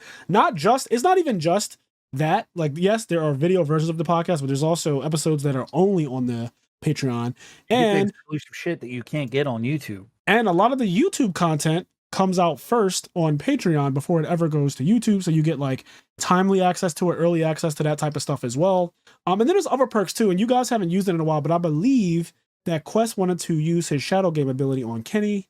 So me and him were talking. It's now been like a couple weeks, or it might have been, but he hit me up and I was like, look, me and Quest have to do a Shadow Game as part of his Patreon thing, but I let him know, I was like, look, I'm doing a lot of IRL shit right now. Work schedule just picked up a shit ton, and I was moving, so I was like, I can't duel you right now. I was like, but I got you. I'll get back to you. Yes. You just gotta give me a minute. And also, if you do that, if you subscribe annually, you do save 15%. Yes, which is actually a big deal. The other thing I wanted to say is that I modified the highest tier, the optional boss tier. So before it was you could be a guest on the podcast, but I also added, because I keep adding shit, I added another perk where instead of being a guest on the podcast, you could choose to do master and a pupil with me. So if you want to do like what me and Stango do, we record for an hour. A little Pai Mei in Beatrix Kiddo action. I am pretty harsh of a teacher, but I can soften up a little bit. You know? Little bit, but you will have broken fingers. Yes. That is you'll definitely be eating your rice with broken fingers for sure. And don't you dare try to eat that shit with your fingers, because but yeah, anyways, we're getting out of here. Do the things that make you happy, as I always say, including enjoying Quentin Tarantino's filmography. I think he has one of the best catalogs. That man don't miss. That man just don't miss. Man, we're out of here. All right, bye everybody. Peace out. See ya.